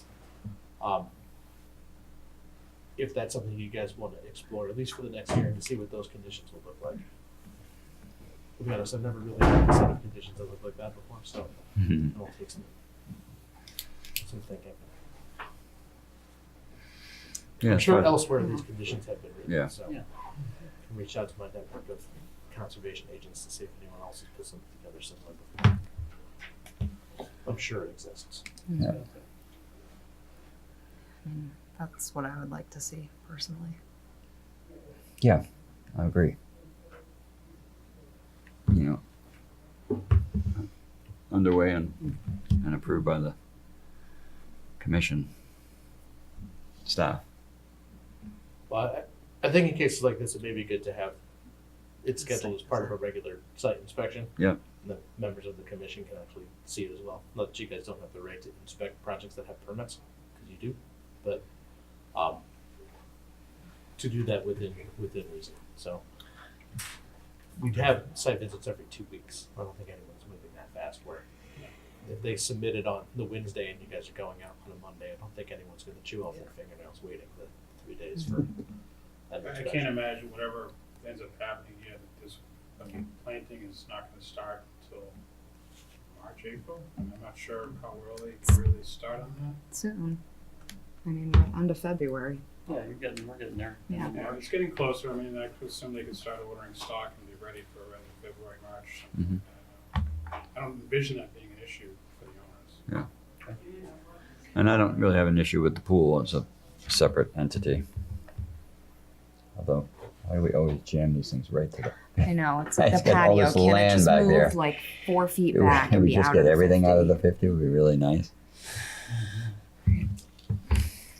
But All right, so the way that we're setting it up is plantings are started. We visit the site. We say, looks good. Pool That sounds- follows. Yeah. Honestly, You gotta figure out how to, I think word the that. way you would probably want to set it up, and again, this is trying to think of it, is I think essentially you would want to require to have some sort of recordable document. Probably the plantings to go in to the part where you are kind of looking at a partial certificate of compliance situation for the planting section, kind of an as-built that the plants are in. And then there's something that you guys can kind of permanently memorialize that it was there and then go forward. Again, it just would have to puzzle out the logistics of that a little bit. Yeah, I think you'd want, like any other report, you want something filed to you that you can sign off on saying this was done. yeah. You just yeah. But again, I think if that's what you're looking for, I think a little time can get spent to craft what that step-by-step thing would look like. Are you the crafter? I think that'd be more than generous, actually. That's what you guys pay me to do. Okay. Give you Okay. something to look at and review and comment on and add and subtract from. All right. Okay. I give you guys the skeletons. Yeah. I'd say, are there any other issues? Because I think Yeah, I guys think I all have out to there say, would is there any other concerns? Other questions? Everyone happy with the general pool? Okay. Okay. Any questions from the public? Okay. Okay, so we're not really waiting for anything here. You want to see what for 2 weeks, and we'll see the So we can review it. review it. Yeah, the writing up. Okay, great. Continue for 2 weeks. Thank you. Thank you. Thank you.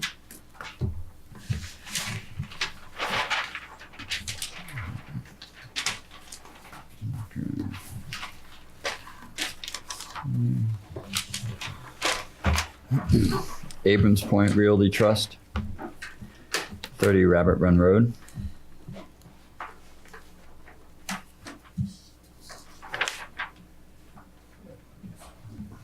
For the applicant, Art Gasparo, before you tonight with a notice of intent application for work within the, primarily the coastal beach resource area. A small bit of work in the coastal bank and a small bit of work in land under the ocean. We are proposing to relocate an existing licensed pier about 200 feet southerly, and due to accretion in this area, the dock is now high and the float is now high and dry at low tide. And so initially, when I was hired to look at this, they told me we need to dredge. And so considering the alternatives, my suggestion was instead to consider a relocation, which would shorten the overall length of the boardwalk that runs through the resource areas, avoid dredging, and essentially maintain the licensed use. And there'll be the gangways that run across the beach are seasonal, and so there's a fixed portion of the pier which would, or boardwalk really, which would run through the coastal bank to the edge of it's very, very low coastal bank, just a couple of feet, to the edge of the vegetation. And then seasonally, they put out a couple of pieces of the aluminum gangway. And again, the floating dock is seasonal and pile supported. There's no change proposed in the size of the float or the piles. It's just straight relocation. And I did include in the application, which may be helpful, a series of aerial photos going back, I think, to 2007 that really showed the change in the sand that's accreted in that area. So if we're able to obtain in order conditions, then we will go back to Mass DEP Waterways to hopefully amend. They may require a new license. We'll hopefully, since it's the same essentially configuration, we may be allowed to amend that existing license. We will need to continue to allow the response from Division of Marine Fisheries. But I did want to present it tonight in case there was any additional information that you may be interested in. I feel like this is kind of a weird question. So this beach is pretty tough to access, but if someone was trying to navigate the shoreline, can they walk over the aluminum gangways, or do they have railings? No, there's no railings, and it's fairly low. Pretty low. That might be a response. Same thing. We could do steps if needed, but I mean, I guess there are. Sorry, yeah, I didn't realize that there was. So the fixed portion doesn't. So this portion doesn't. So you could easily get over there, but we could add a set of stairs on both sides. Yeah, just something like this isn't an easy place It's to really hard to say. I'm not access, gonna but get in here. Pretty I private. think you'd want area. I'll explore that. someone to be able to cross those, I guess. Yeah. If you've made it that far. If you And you get stopped by a bulkhead right here. But or security. So what's a seasonal piling? So it's usually like a 3 or 4 inch galvanized pipe, like you see Easton Street. Yeah. We have a set at the hatchery. Yeah, they're pretty common. They just can't resist the ice. Yeah. So And they're easy to drive in and take out. yeah. Most of the local boatyards do them, as part of taking care of the float as well for the owners. Cool. Some in Pulpus, Yeah. there's a few around. We have done 1 or 2 applications with you where we have replaced the seasonal piling with a timber, pier, but you've got to go a much larger diameter, and even those in certain locations, if you get ice. And again, I don't think we want to. They really don't want to change the licensed configuration. To try to keep it as simple as possible and be able to use the float. They haven't been able to use for a couple of years now. just one more question. Yeah. I'm assuming this is like maybe Spartina and beach grass. Yep. Are you just gonna hope it revegetates, or are you gonna We could plug easily in there? put beach grass back in there. Okay. I mean, once you get up in here, it's more of a like maritime shrubby Okay. mix. Yeah, for up a little in further here. back. like? So I think it's gonna Come right back. grow in no time. It's very narrow. It's not even Yeah. like maybe 3 feet. It's Crowds love their spread fast. right, most likely. Grounds. Other concerns? Okay. Questions from the public, please. Thank you, Mr. Chairman. Emily Molden for the Nantucket Land Council.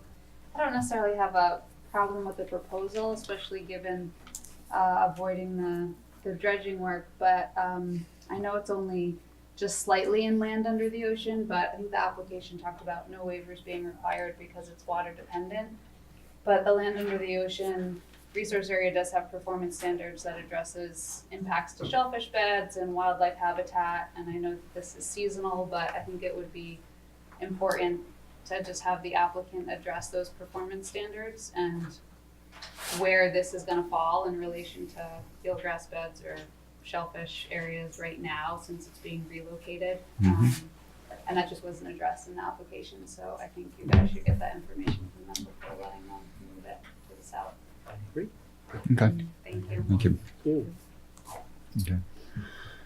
Other questions from the public? Okay.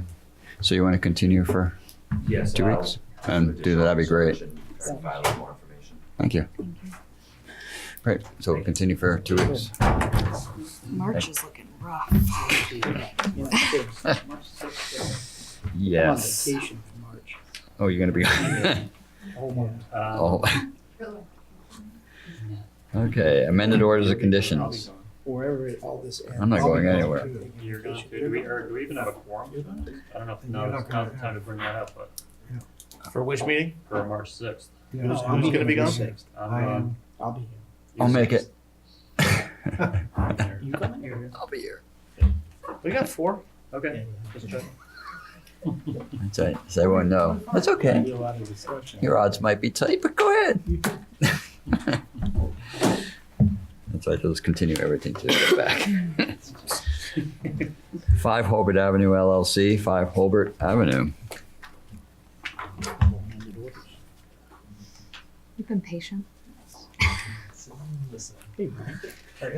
Quiet. He's got lots of time. Brian Madden, LEC Environmental, representing the applicants, 5 Hulbert LLC. Back in 2016, an order of conditions was issued. It was an after-the-fact approval for a 2-foot at-grade boardwalk that extended out from developed conditions to the existing bulkhead. As part of that approval, the boardwalk at-grade was intended to be elevated. That work has not yet been completed.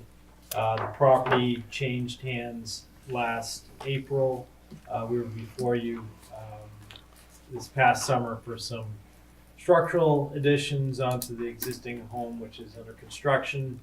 But this proposal is a request to modify the boardwalk. Under existing conditions, again, the boardwalk just terminates at the bulkhead.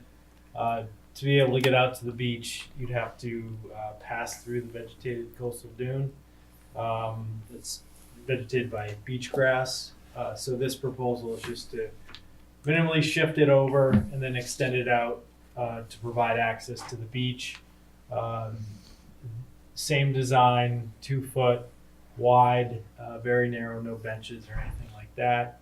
It's proposed to be 12 to 20 inches off the dune elevation to allow for the beach grass to survive underneath. Generally follows somewhat of a north-south direction to maximize sunlight penetration underneath. The former footprint of the boardwalk that again terminates at the bulkhead will just be revegetated with beach plum, bayberry, and you know, maybe some eastern red cedar may be appropriate more landward. I guess I'll just turn it over to questions. Any questions? Concern? This is not a straight shot, that's for sure. Pull jogs. Yeah. I don't know. Oh no, that was the prior application. We since The next one's eliminated straight. those The jogs. jogs. The front part. Yeah, there had Okay. like right at the bulkhead. It had like some little jag. Yeah. It's going straight out now. Okay. Yeah, they submitted us a revised plan on Friday. Were you shaky? Convinced them to. Okay. Yeah, So, looks good now. Any thoughts? Okay. Any concerns? Any questions or concerns from the public? Okay. Jeff, we have everything you need on this one? We do. You could close and issue the amendment order. Okay. So moved. Okay, all those in favor? Hi. Any opposed? No, that passes unanimously. Very much. Thank you. The estate of Lee Randy Byrne, 55 Grove Lane.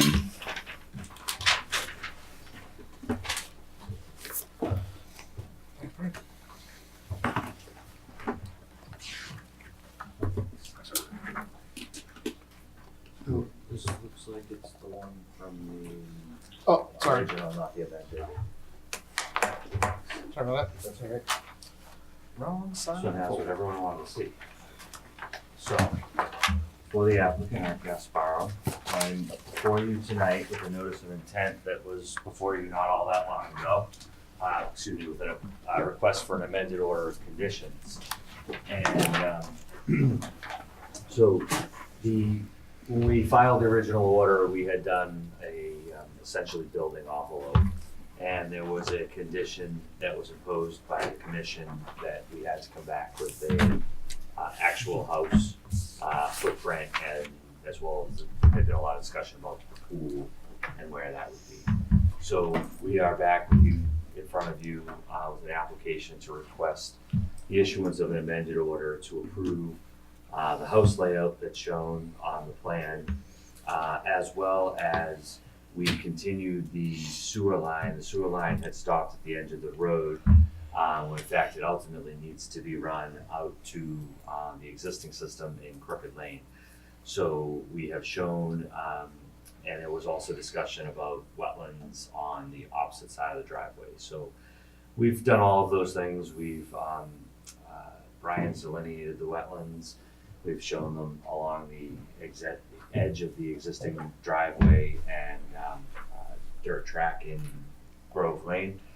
We've put siltation fencing on the plan on both sides of the existing traveled way adjacent to the resource area. I've included a detail on the plan of the siltation fence, the way it's supposed to be staked and actually trenched in. The limit of work that was shown on the plan is essentially the same. One slight corner different for where we made a turnaround for the driveway. But essentially the building is within the area that was approved under the order of conditions for structural uses. And again, there's an existing on-site septic system, which through the installation of sewer will be removing 100% of the nutrient loading from the site, which is a benefit. We have we'll be increasing the vegetated buffer to the wetland resource area. You may note that this portion of the driveway exists, and so right now that's all open, and then that becomes vegetated. So again, we're establishing a larger buffer zone, maintaining essentially where we can, once you get past the driveway that it goes through sort of the narrow area, we're providing a 25-foot minimum buffer, vegetated buffer zone, as well as the 50% area, why we've kept everything kind of tucked up into the northwest corner of the property. That I'd be happy to try to address any questions and concerns that you may have with the application. Or is it vegetated to the green? Yes, the green is the silt fence and Yep. would essentially become Lawn. the vegetated buffer. So it's quite an increase from what's there. Mm-hmm. And that's to meet your 50% Yep. standard.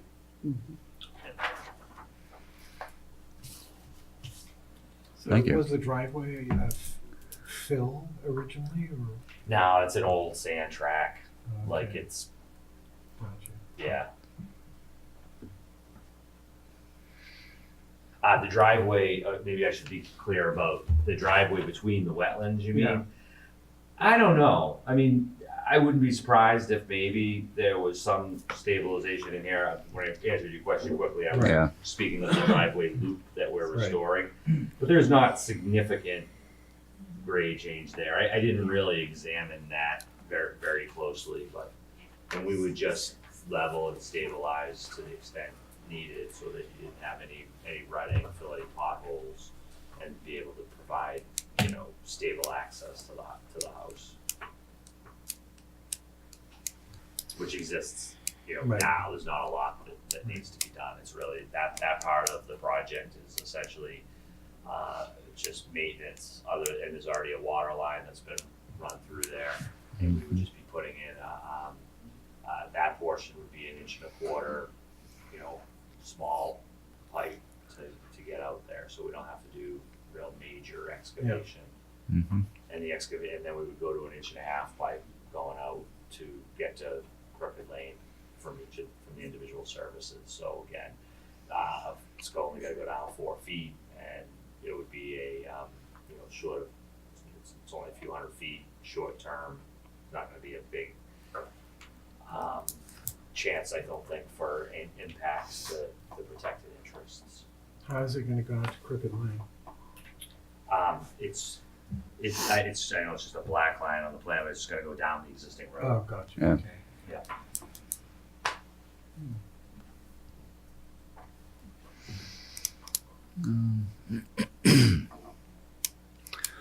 Other questions? Okay. Any questions from the public? Okay. Jeff, we have everything you need on this one to close? An issue, or not? No. Yes, you do. Okay, someone make a motion? Move the issue. Second. All those in favor? Aye. Any opposed? Passes unanimously. Thank you. Thank you.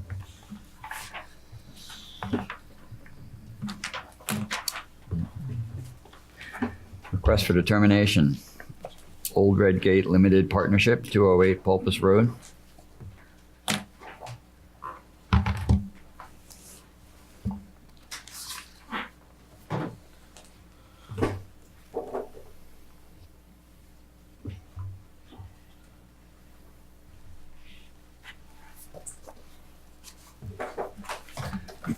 Jim Blackwell for the applicant. This project is to upgrade a conventional septic system by adding a septic tech treatment tank and new tanks for 2 compartments. It's quite a large system. The actual leach field is some hundreds of feet south, further away from the harbor, and the inspection was part of the harbor watershed inspection of all the systems. Technically failed the leach field for lack of 6-foot groundwater separation, so it required that the IA addition so that a 5-foot groundwater separation could be used. So we're simply replacing the tanks that are there and replacing them with the 3 required tanks to make the Septitech system work. All the work is in existing landscaped areas or within the driveway. Looks good. Questions? No. I assume no questions from the public? Jeff, you have a recommendation on this one? I do, let me make sure I get it correct. Okay. I think because we had some resource area requests too, Mhm. I think when we're looking at verifying the resource area boundaries, I won't read all of them, that it's just the flags shown on the plan of record, and then we have a note on there that there are additional on-site resource areas as well. The property is pretty big, and there's wetlands continue on the site, but I think we're comfortable to verify the flags as shown on the plan, and then a -3 allowing for the work. Okay. Someone like to make that motion? So moved. Second. All those in favor? Aye. Any opposed? Passes unanimously. Thank you. Thank you. Michael Kittredge, 72 Pocomo Road.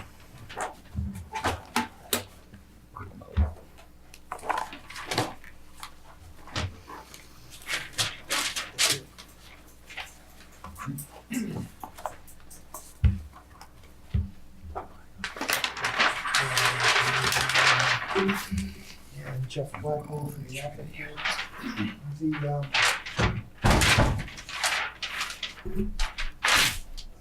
The application is to do a couple things, one of which is to move some HVAC units that are within the zoning setback line, the property line, and relocate 3 of the units down to the south edge of the building where they will be more than 50 feet away from the coastal bank. And the other units will be moved entirely out of the buffer zone of any resource areas. And then the second part of the application is to install a new well for the property. The Kittredge properties have been acquired over time, and they're have been sort of considered as one, but they are being sold individually, and there's a common water treatment system that served 3 of the properties. So as a result of that, there is no functioning well at number 72, which is required to exist. So that's part of this application.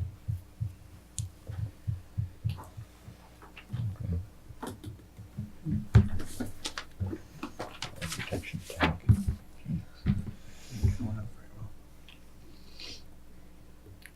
Oh, the plan? It's a big That's a property. lot of lines. Yeah, this is right. Mm. It's a very sensitive area. Yeah. Well,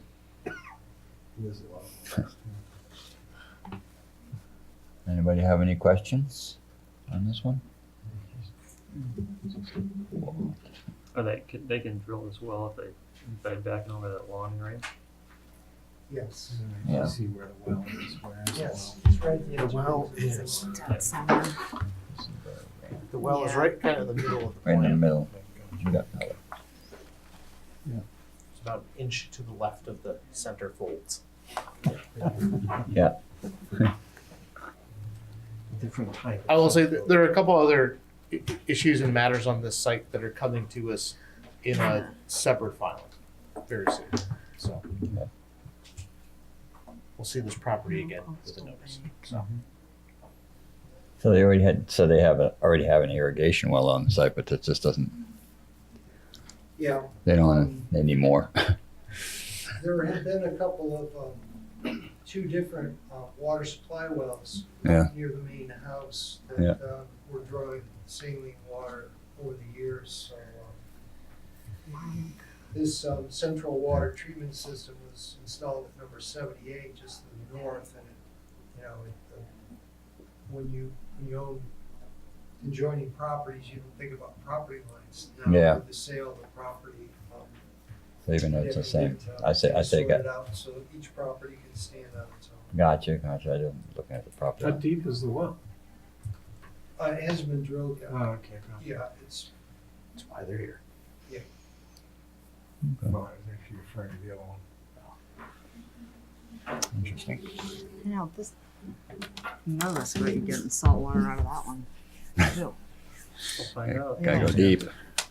Or Gonna drill it deep. deep. No bedrock. Osmosis will cure. Something, most days. Okay. Questions, concerns? No. No public to ask. Okay, so Jeff, do you have a recommendation on this one? Yes, I recommend the positive 2A, confirming the resource area boundaries, and the negative 3 for the book. Okay. So moved. Is there a second? All in favor? Aye. Aye. Any opposed? Passes unanimously. Minor mods. 39 Holbert LLC. 39 Holbert Ave. Thank you.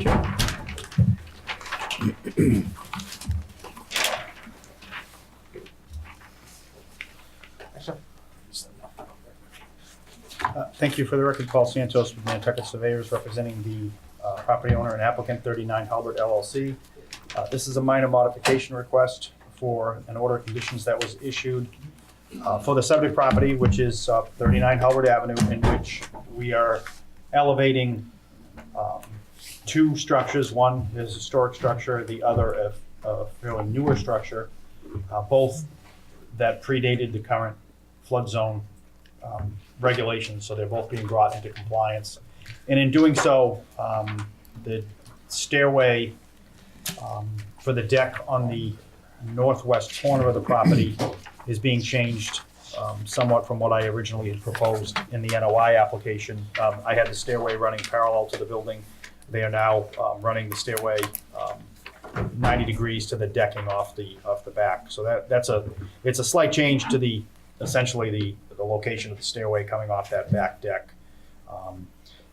And also, there's been a full landscape plan developed for the property, so at the same time, I've included that complete plan into the record as part of the minor modification application. No other changes to the site. This is a fully developed residential lot on Halbert Avenue. And as I said, essentially what we're doing is just basically raising the two dwellings, or elevating the two dwellings, I should say. So how high will the peak be? What's that? As a matter of interest, how high will it be to the peak of the building? Oh, it's 30 feet. It's 30? I've kept it, yeah, oddly enough, this one stayed at, by luck. In fact, the question was when they pulled the bill, I had a certified building height. That this one will end up at 30 feet to the peak. Yeah, we didn't have to adjust based on that zoning regulation. I think it was, yeah, so I think it's just the structure itself was not, it's a story and a half or two story, but, yeah. You're welcome. So the whole compliant flood vents, everything. Oh, yes, this is all, yeah, these are all, these are all. We had approved the lifting of This the is- buildings under that Yeah. original. Yeah, for sure. This isn't on piers, I guess, basically. What's that? This isn't an older building on piers or anything like that down there. No, Yeah. no, it's full foundation wall Yep. with a crawl with a, Gotcha. with flood vents.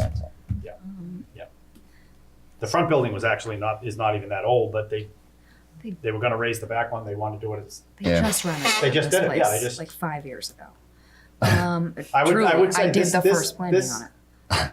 This site alone, I probably have, I think the very first amendment we did had, I think we were up to 5 amendments. I've got It was so many. the number of permits that was, yeah. Since it was sold, this was originally the cross, this was part of the crosses. Remember, So Ted and many. Mary crosses. So many amendments. But, The planting plan is new to this one, right? yes, the planting plan was not part of the application. That's why I included that planting. Yeah. The thing And that- they're just lifting the buildings now, so they're not at the stage where. Yeah, I guess I'm concerned with the number of ornamentals that are gonna need fertilizer, even though they're not supposed to receive it in this area, right on the water. You know, including in a flood-prone area in the front of the house. You know, I'd love to see a native species at least on the front of the property on the harbor. Because even just putting these perennials in, the pots are gonna be full of fertilizer, no matter what nursery you get them from.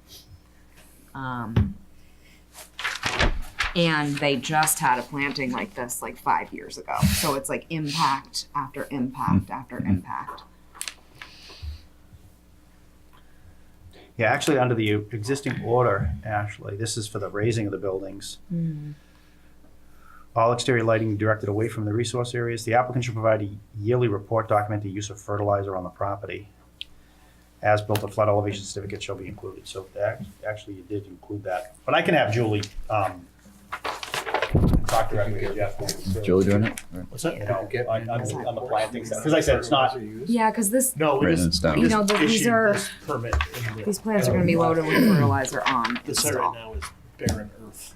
What is Yeah, she it's have, all miscanthus, stripped off. grass? I can't tell what. So no. Assorted perennials. There's a bulkhead between. There's a bulkhead on the backside. Yeah, it's a bulkhead lawn, and then you're up into the building. Right. Yeah, the lawn goes right up to that bulkhead. Right. Actually, there's like a small drip edge here on the backside of it, but.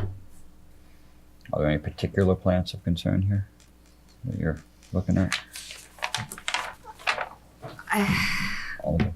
Yeah, I mean, there's just Just about every plant on here. there's a lack of native species. All Yeah. of these are going to require Maintenance. quite a bit of maintenance, and even if you condition it no fertilizer, again, just on install in the containers, each one will have the time release pellets in there. And this is a lot of plants. So, you know, it would be better to be going native. Yeah. You know, things like New Dawn roses, those are going to require pesticides. They just, it's what people do. Well, you can condition it that no fertilizer or pesticides can be used and see how far that goes. Right, so again, on install, then we'd be fining them because it's already in the containers. You're not going to buy perennials that don't have that. It's just not real. Do you want to talk to Julie about this? Julie Jordan? Yeah, I'll have Julie. Yeah. I mean, the landscape. I mean, I included the landscape plan as part of because I had it, and that's Okay. what Moo showed the decking. So I figured it was at least pertinent for you to see it. So that's why I. Yeah. I can have Julie talk to either Yeah, Jeff for directly some- or just tell it kind of Yeah. maybe just do a little something different with it. You know. Mhm. I mean, And we can always submit. Like I said, I did. It's a minor mod for the decking change, you said, but the landscape plan was part of it. So. You know. What's the general feeling of the rest of the commission? I agree. That's not a bad thing to ask. Yeah. We're trying to. I mean, we've done it before. I know on Plant the Cliff harbor. Road we did. Remember on the top of Yeah. the Cliff Road, we had to go back and change the landscape. Yeah. On the top of Cliff Road, I know we did that same thing. It's fine. I think there's some easy choices Yeah. for some of the species that could be replaced Easy with swaps. native species that provide a very similar aesthetic. Mhm. I would talk to Julie. Yeah, Yeah. Julie can figure that out. And Yeah. she can convince the client. Because that's the Yeah. I think for some of the changes that could be made, the client would never really know the difference. They haven't seen the From what it list. is to what it is, because it's going to be providing a similar function. Yeah, So, that's true. Got all the right color. something, I don't know how botanical the homeowner is there, but They're foofy. Okay. a lot Well, of those things can. does everyone feel comfortable with Jeff in-house doing this? Rick? Okay. Okay. So no other questions with some, So we can. you want to make a motion? Yeah, So just to clarify this, so there's still condition 20 applies, right? We're not altering any of the Right. conditions. It's Yeah. a minor Just modification yeah. request, so. Yeah. I'm not taking into conditions, but you could simply put in the description of the minor mod, other than the planting plans, to be reviewed and approved at a staff level. If that makes everyone. Yeah. Yeah, absolutely. Yeah, for sure. Okay. Okay. So minor mod as amended Do we have a second? with that. Second. Yes. All those in favor? Aye. Aye. Any opposed? That one passes unanimously. Thank you. Certificates of compliance. Smithburg Inc., 143 Walnut Road. All right, 143 Walnut Road. This was for the kind of residential redevelopment of the property at 143 Cliff Road. If everyone remembers, it used to be two separate structures and had those funky like concrete ramps and things to get into the tube. They got combined into a Oh, yeah. singular structure and it's Yeah. elevated with some elevated decks and things. Yep. It's been completed. It's been constructed. Excuse me, in compliance. We did have an ongoing condition recommendation that we had. I just wanted to get it out to read it for everybody. So we've had just a lot of permits. Permits with permits. Condition 19. That the monitoring report that includes photographs shall be filed with the commission in the spring and the fall, demonstrating the condition of the coastal dune and barrier beach, and discussing any impacts to the structures. Any adverse impact shall be brought before the commission to discuss mitigation for that condition. So this is one where the dune is kind of pointing at the structure on the one side.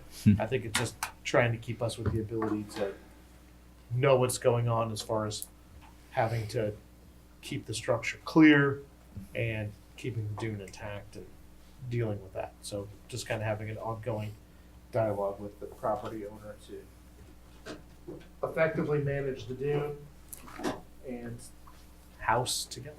Okay.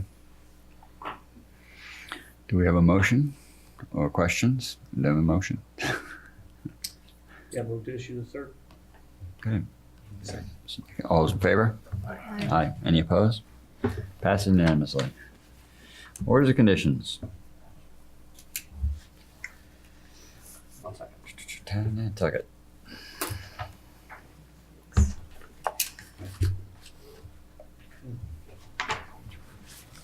Just gives me a chance. Yeah, really.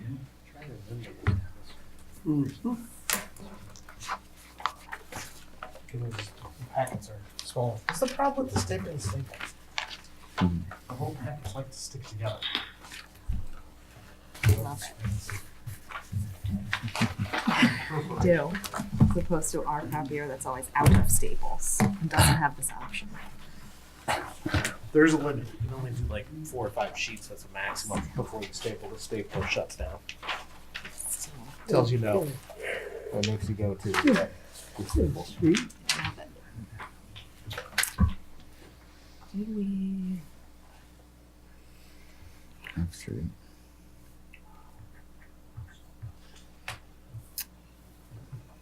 So I think we would propose a change to number, from our discussion, to number 20, to say the applicant shall provide a quarterly report Yeah. on the condition of the filter system within the catch basin. Bless you. And then I think we'd also put applicant shall provide a quarterly report on the condition of the filter system within the catch basin. And provide notice. So the upon- silt, wait a second. Sorry, Jeff. So I gotta provide notice upon any replacing of the filter. Then I'm thinking 21, let's just put it just for funsies. The filter shall be replaced on an annual basis at a minimum. Maybe we can't condition an analysis of what it's caught. Oh, and we also wanted 22. Dead fish. No fueling Right. or petroleum products. Yeah. Signage. The signage, right. Yeah. Shall be used on the pier. And signs shall be installed Have fun with that as HDC. such. That's gonna be popular. Well, if you really wanted to get persnickety, it is within the layout of the road. Okay, And so doesn't road necessarily- sign. it doesn't necessarily require HTC jurisdiction as it's located within anyway. Good. We can have a whole discussion on that. They may argue against me with that, but. Would it be worth mentioning anything that the town should look into alternative Oh, yeah, we wanted to lighting on the pole when they move it? So additional findings, commission finds that lighting can have a significant impact to resource areas and recommend looking into alternative technologies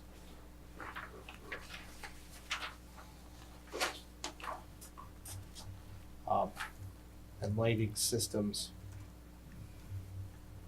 to lessen any impact. Yeah. That is a great like back rubbing condition, so.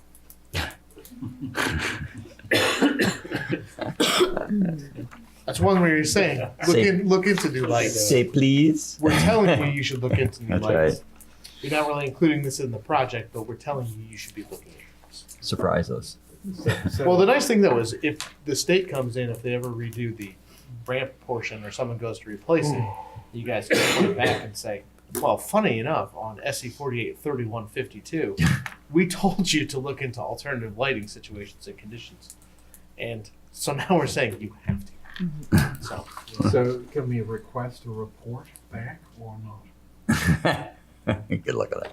I love it. I love it. I looked at it. Well, you're gonna get Why don't you the. give us a Yeah. report about what goes Wow. into the drain? Yeah. What you find. Give us a report back on that. Good luck if include they it with the change the Baxter filter. Road. Right. Yeah, Exactly. We'll be lucky if they go down and change the filter. That's right. You heard me.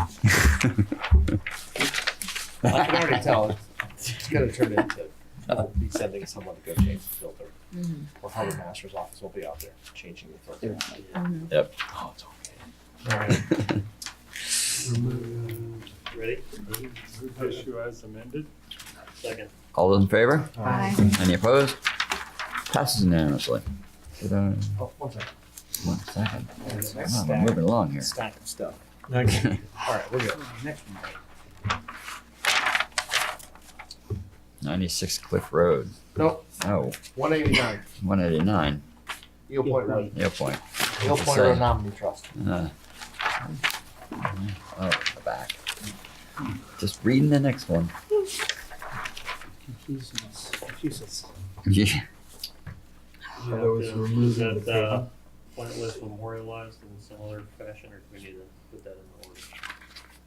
No, that's on the plan of record, Okay. so we should be good. We do need to add a 24, that, the existing pavers Be removed. within the restoration area shall be removed and replaced with a native fescue mix. Was there a planting list change? Yeah, we went over that as part of the hearing. Why don't I put 25? The final planting list. Oops, I forgot that very important word there. I don't think it's just the final planting. So I'll put the final planting list shall be provided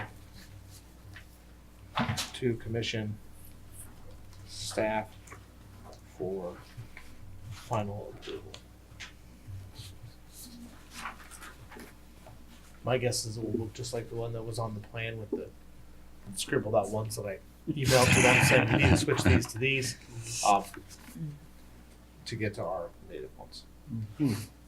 It's the trouble with common names, like blackgrass has a gajillion different. There's lots of You black need to know the grasses, Latin name. so you need to know that the salt marsh blackgrass is the Gerardii version. That's what we have. Yeah, it's the rush that's there. So Okay. I'll be honest, I don't Mutation. remember all of those. I rely on the fine book by Peter Dunwitty. we listed the vascular and non-vascular flora of Nantucket County in excruciating detail to sometimes. One of these days, there's gonna be a revised edition out. Kelly's working on it. With So- some Who's working on it? Kelly.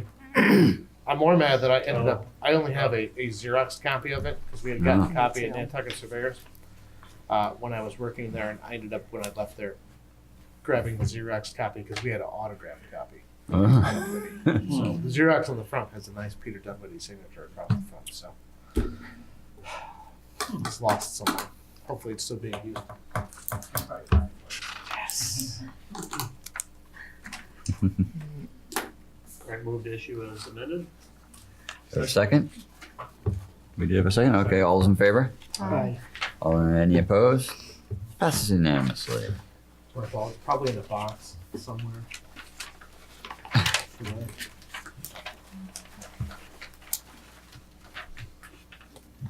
Before we get to 96 Cliff Road, Mr. Chairman, Yes. since we closed it tonight, did anyone have any thoughts on Vineyard Wind for conditions? Plug us in. All right. Yeah, really. Wouldn't know where to start. Yeah. Yeah. Outside of anything I know much about. I was kind of looking for when we did the National Grid cable to see Yeah. what the conditions we had for that one. The time of year restrictions and stuff like that, I suppose. Most of that comes from Yeah. Kitchen. So we'll probably memorialize the Fisheries. Division of Marine Fisheries letters into it and then require Yeah. some of the revised information they're sending them to go on file before they start work. So I'll put that in. But I don't know if anyone had any thoughts or if anyone was gonna go down I don't want to issue them a permit path, so. That's what I'd ask. Like to make sure instructions are clear. You'll find out. It'd I am be gonna. hard to defend legally if we chose not to. Unsightly. I bet I could get a good reasoning. I am gonna be so impressed if they can actually do it in 3 days. I'm Or pretty wild to watch. Yeah. Like, you guys took 5, you're fair. So, It's pretty impressive. Wrap it back up. Yeah. Go Pretty home. quick. It's pretty That's impressive. slow. That thing goes That's pretty 8 darn hard. feet under the Pretty seabed. amazing. All right, 3 meters or maybe. Well, that's assuming they don't hit Great. anything. Right. all right, yeah. Cool. Okay. All right, I just wanted to make sure that I didn't miss something in the hearing that someone was gonna be like, I think it's terrible. Work So- is to be stopped at a pre-glacial burial ground. It's kind of- Honk. Yeah, it's true. It could be. I think they'll have. There's an bigger argument problems against it. thinking of pre-glacial burial ground than worrying about the Nantucket Conservation Commission's conditions. That's right. That's it, they need to do something. Okay. Well, I think you're going to get a positive on that one. I like to check. I like to be presumptuous sometimes. Especially for Yeah, projects glass we half don't, full we type don't day. see a lot of. Okay, where's the next one? 96 Cliff Road. Yep, 96. All right, so that was There it is, 96. That was the garage on Cliff Road. Yep. I'll be honest, I couldn't really think of anything off the top of my head for a garage outside of 50 feet. So, You My- worried about that slope? well, I'm just wondering, like, I think this is relatively recent. Do we ever go back and say, what is the status of this vernal pool back there? Have there been impacts from the first construction? You know, like, because this is the time we'd revisit. They're going to block off that thing with no view from the road. So we'll never have an idea of what's happening back there after this. They could clear cut the whole darn thing. Well, That's a big pool. well, when we did the site inspection, I can tell you that there's definitely not been any Anything clear back cutting there. back there. Yeah. Matter of fact, when I did the last inspection, I think I spooked up about 5 deer from the interior that were crashing around. You could see running around through there. But it's still very heavily vegetated. Okay. Good. To be honest, say I didn't crawl all the way into the vernal pool portion because it's thick and it seemed relatively undisturbed. Do you need a drone? Is that going to be Yep. a request from the Concom town drone. for financing? Drones for are a cheap, drone? man. You don't need to Yeah, especially they're request those pretty things. expensive. That's in the A high operating budget. schooler would sell you theirs for. Yeah, are you kidding me? I could get a drone to do what we needed to do for probably less than $1,000. Be Oh, pretty got set. buy one for $1,000 and have it forever. I will They're tell you, annoying. until huh? it The kids are already over that Christmas present. So Yeah. they'd sell it to you. We- They are an annoying kid. In the Natural Resources Department, we have been very seriously talking about getting at least one to do a number of different things. That makes sense. Yeah, it does. Because they're great for taking aerial photos for like harmful algal blooms on the harbor and those kinds of things, and for doing aerial surveys of like eelgrass areas and things like that. They're really handy. You could drop, like, we see you fertilizing. That's a little tougher. There may be legal implications of doing that. Take too. off. True. Little core sample and then takes off. What's that thing land in the yard? I would be Wait, willing to wait. bet that before the end of probably at least 2020, we'll at least own at least one. Well, you could have a spectral analysis. So Yeah. you wouldn't actually You know they got drones like seeding for forests. Oh, yeah. Outrageous. Cool. Scale and size, man. Wait, something's gotta come. It's the future. Keep up with it. Okay. All right, we're still I don't think we have 96. any. I know. That's what happens if you go after 7. It's true. Yeah, but this is pretty short for us. It's only 2.5 hours. I know. But it's In just. the old days, this would be 6:30. I know, but it's still my mind. I think we're all tired. Okay, so anyone like to make a motion as amended? 96 Cliff Road. Issue as amended. What did we What amend did it? we Did we? amend? We didn't amend didn't. it. Issue, See, I told you. issue as drafted. How about that? As drafted. Okay, do we have a second? All in favor? Any opposed? That's unanimously. Very careful. Terry will catch you next time. I was about to say I had to catch myself. No one else got me. Like, yeah. Oh yeah, I keep getting. Didn't care. I will admit, I do have a mistake I on thought this you knew you next were one. Okay, Perry Family Trust.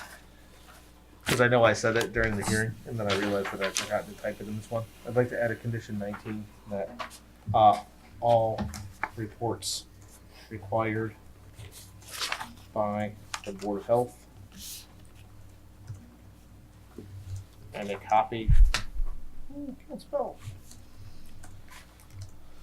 The operation and maintenance contract be filed with the commission for review.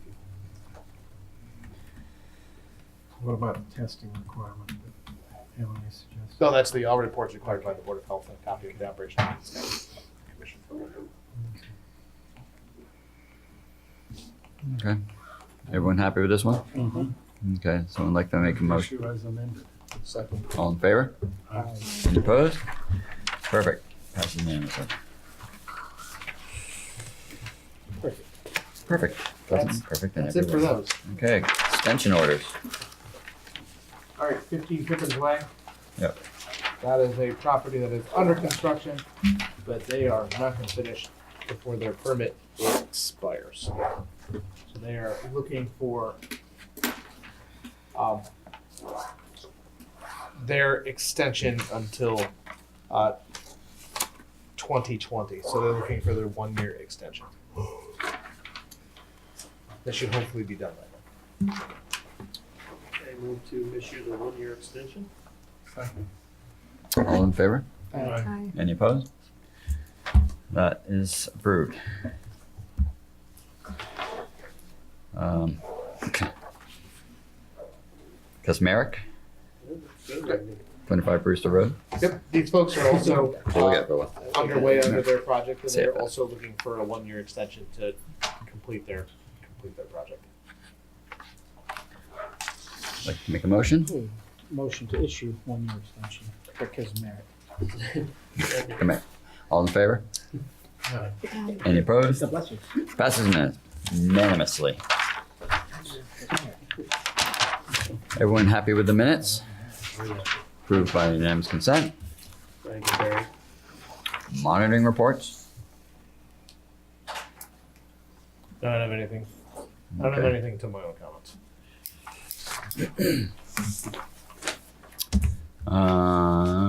Enforcement actions? No. Oh, great. Reports? CPC? Well, it ties in with the monitoring report. My blood pressure has been rising. So would anybody like to take over? You're doing such a good Don't all job. raise your hands at once. No. I saw Emily volunteer. She's got some spare time. Okay. She's pretty much You on can the take commission. my She attends more parent-teacher meetings than conferences anybody. and There's a limit. Okay. Everybody you're looking at to take your place? This week, lots of interviewing going on. Oh. I know, the boards, they get old. Well, Emily's moving up. Yes. Well, don't forget us. You're taking Connor's What's that? position. Don't forget us. Oh, no, I would never forget you all. Wait a moment. Those scars. That's right, we're the happy board. We're the happy board. Sure. She's gonna move up to fun boards like select board. Yeah. Woof. I'll do anything I can to stay. Yeah, the planning board, there's where it's at. Okay. Take it in. Night, Paul. MPDC, we had a joint meeting with the selectmen, and they had a presentation of part of the hazard mitigation plan. There's just one comment. There's Maria Hartman. Was it Maria Hartman, right? Hartnett. What? Hartnett. Hartnett? Yeah, she was the one who made the comment about the. No, Maria Hartnett did not make the comment. Oh, she didn't make. Hartnett is the applicant Oh, representative. right. No, who was the? Yeah, I have it in my notes there. Who? Conservation Fund.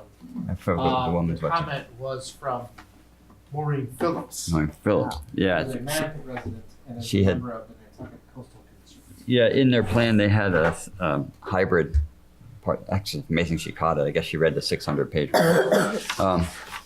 It was pretty long. I've never read it. But there was a section in the hybrid. There was a hybrid section on coastal protection, and it looked like SVPF presented them with a description of their project, which they considered as a soft structure. Not they didn't use the word a soft alternative to stone revetment, and it was just a very grand, beautiful description. There was a lot of really poor language. It was. I think It was. that's a nice way to put it. Well, so this That woman is came being in. actively weird. It was being modified greatly, maybe a little strong on the other end, but it was pretty. Yeah, I actually I'll forward it to you. It was a great description. I think. Oh, it's in the original plan. You can pull out. Yeah, it is. I have to look at what pages. Yeah, it's a long plan. Like I said, 600 pages. I can't page to it, but I have I'll it. be honest. I don't think anyone has actually made it through that entire document. No. It's brutal. Yeah, I mean, it talks about tornadoes. It talks about. Earthquakes. Yeah. Well, it's all the potential hazards. all the that potential Nantucket hazards, water spouts. So there's fire, earthquake, flooding, hurricane, Oh, yeah. tsunamis. Yeah. Is it supposed to address all of those things? And it's a plan that's Everything. ultimately adopted by. Focus on the Tourism. most important, Flood of tourism. most It's a realistic. plan that's ultimately adopted by FEMA. Yeah. So if So you they get into to get that, FEMA money. you can get into FEMA monies and things for some of these things. But it's an absolute Disaster. beast of a beast. Yeah. So I guess this is a little bit of a misconception too. Is it was a description of potential like erosion projects, but it wasn't recommending anything. No, but it looked like they just took the It was very poorly written. Yeah. And it was something that, honestly, in my personal opinion, any description of any projects didn't need to be in that plan at all. Yeah. That was kind of my comment that I gave, because I was like, you'll shorten the plan because no one's reading the plan. If you don't get into those and just let the plan Right. speak for itself, but you know, that's the purpose of the public. Well, I had sent Holly Backus, but I sent her a sort of extremely brief description as a personal, thinking they didn't want to become a forum on the pros and cons of. No. Well, that's the Coastal intent of engineering. the plan, is to get into Yeah. a discussion of erosion control methods or anything Right. like that. So, they would listen to a few of us and said it didn't need to be in there. They could avoid all that problem. Yeah, I didn't read any of it, but it was kind of interesting. We didn't really say anything. It's kind of one of those meetings I had to go to and sit there and nothing happened. But you guys didn't make Selectmen quorum either. watch this out. Oh, and yes, and it didn't. Unfortunately, it didn't look like we're going to be moving into the fire. No, station. no, Oh, that's we are. That's happening. Oh, is You it? got to listen carefully.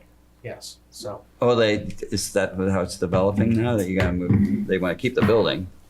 So the plan is now is they're gonna still pursue a housing component on portions of that site, and then we'll be relocating there. In the shed.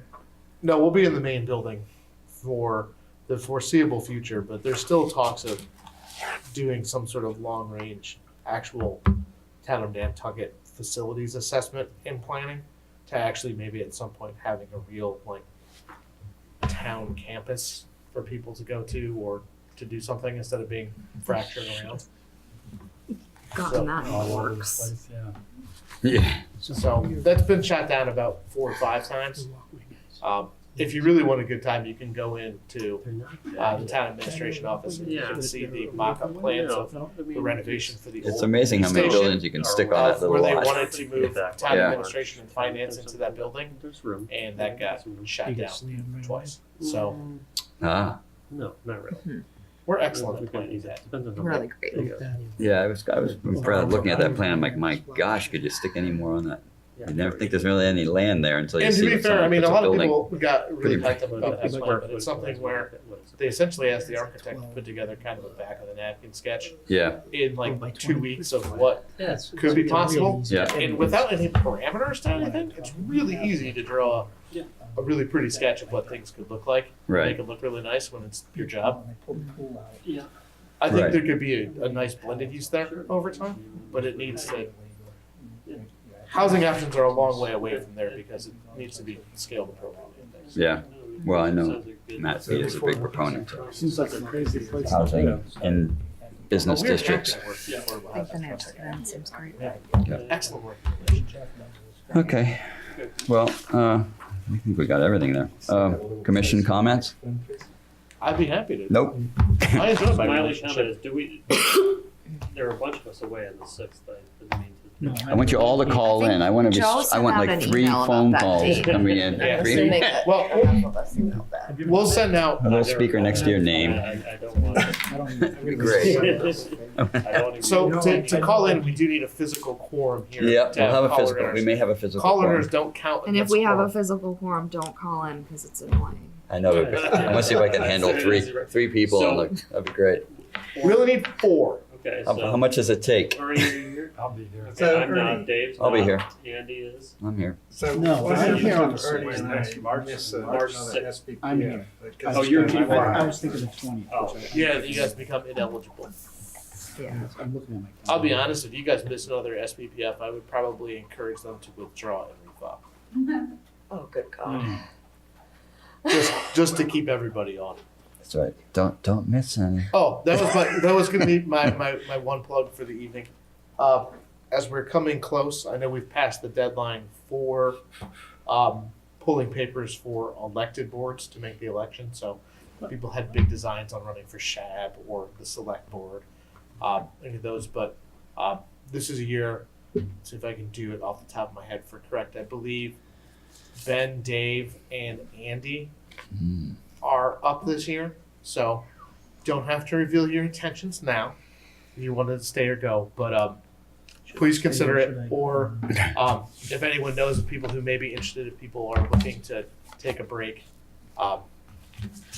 please let people know that that's coming. right, I can tell you guys that I probably will not be back. So I'm sorry to say, but I probably won't. Have some things changing, and I might not be here. So, You might not be here. on be here Island. on Island, yeah, for a whole term. Oh. So if people know of people who are interested or there, I'm happy to talk to anyone about it. People have questions, or feel free to share that, but we're always kind of on the lookout for people. I mean, at some point, it's a grind. I totally get it. Mhm. It's a lot to Yeah, ask for I'm people to considering. I'm volunteer to do considering taking a break, but I'm not sure.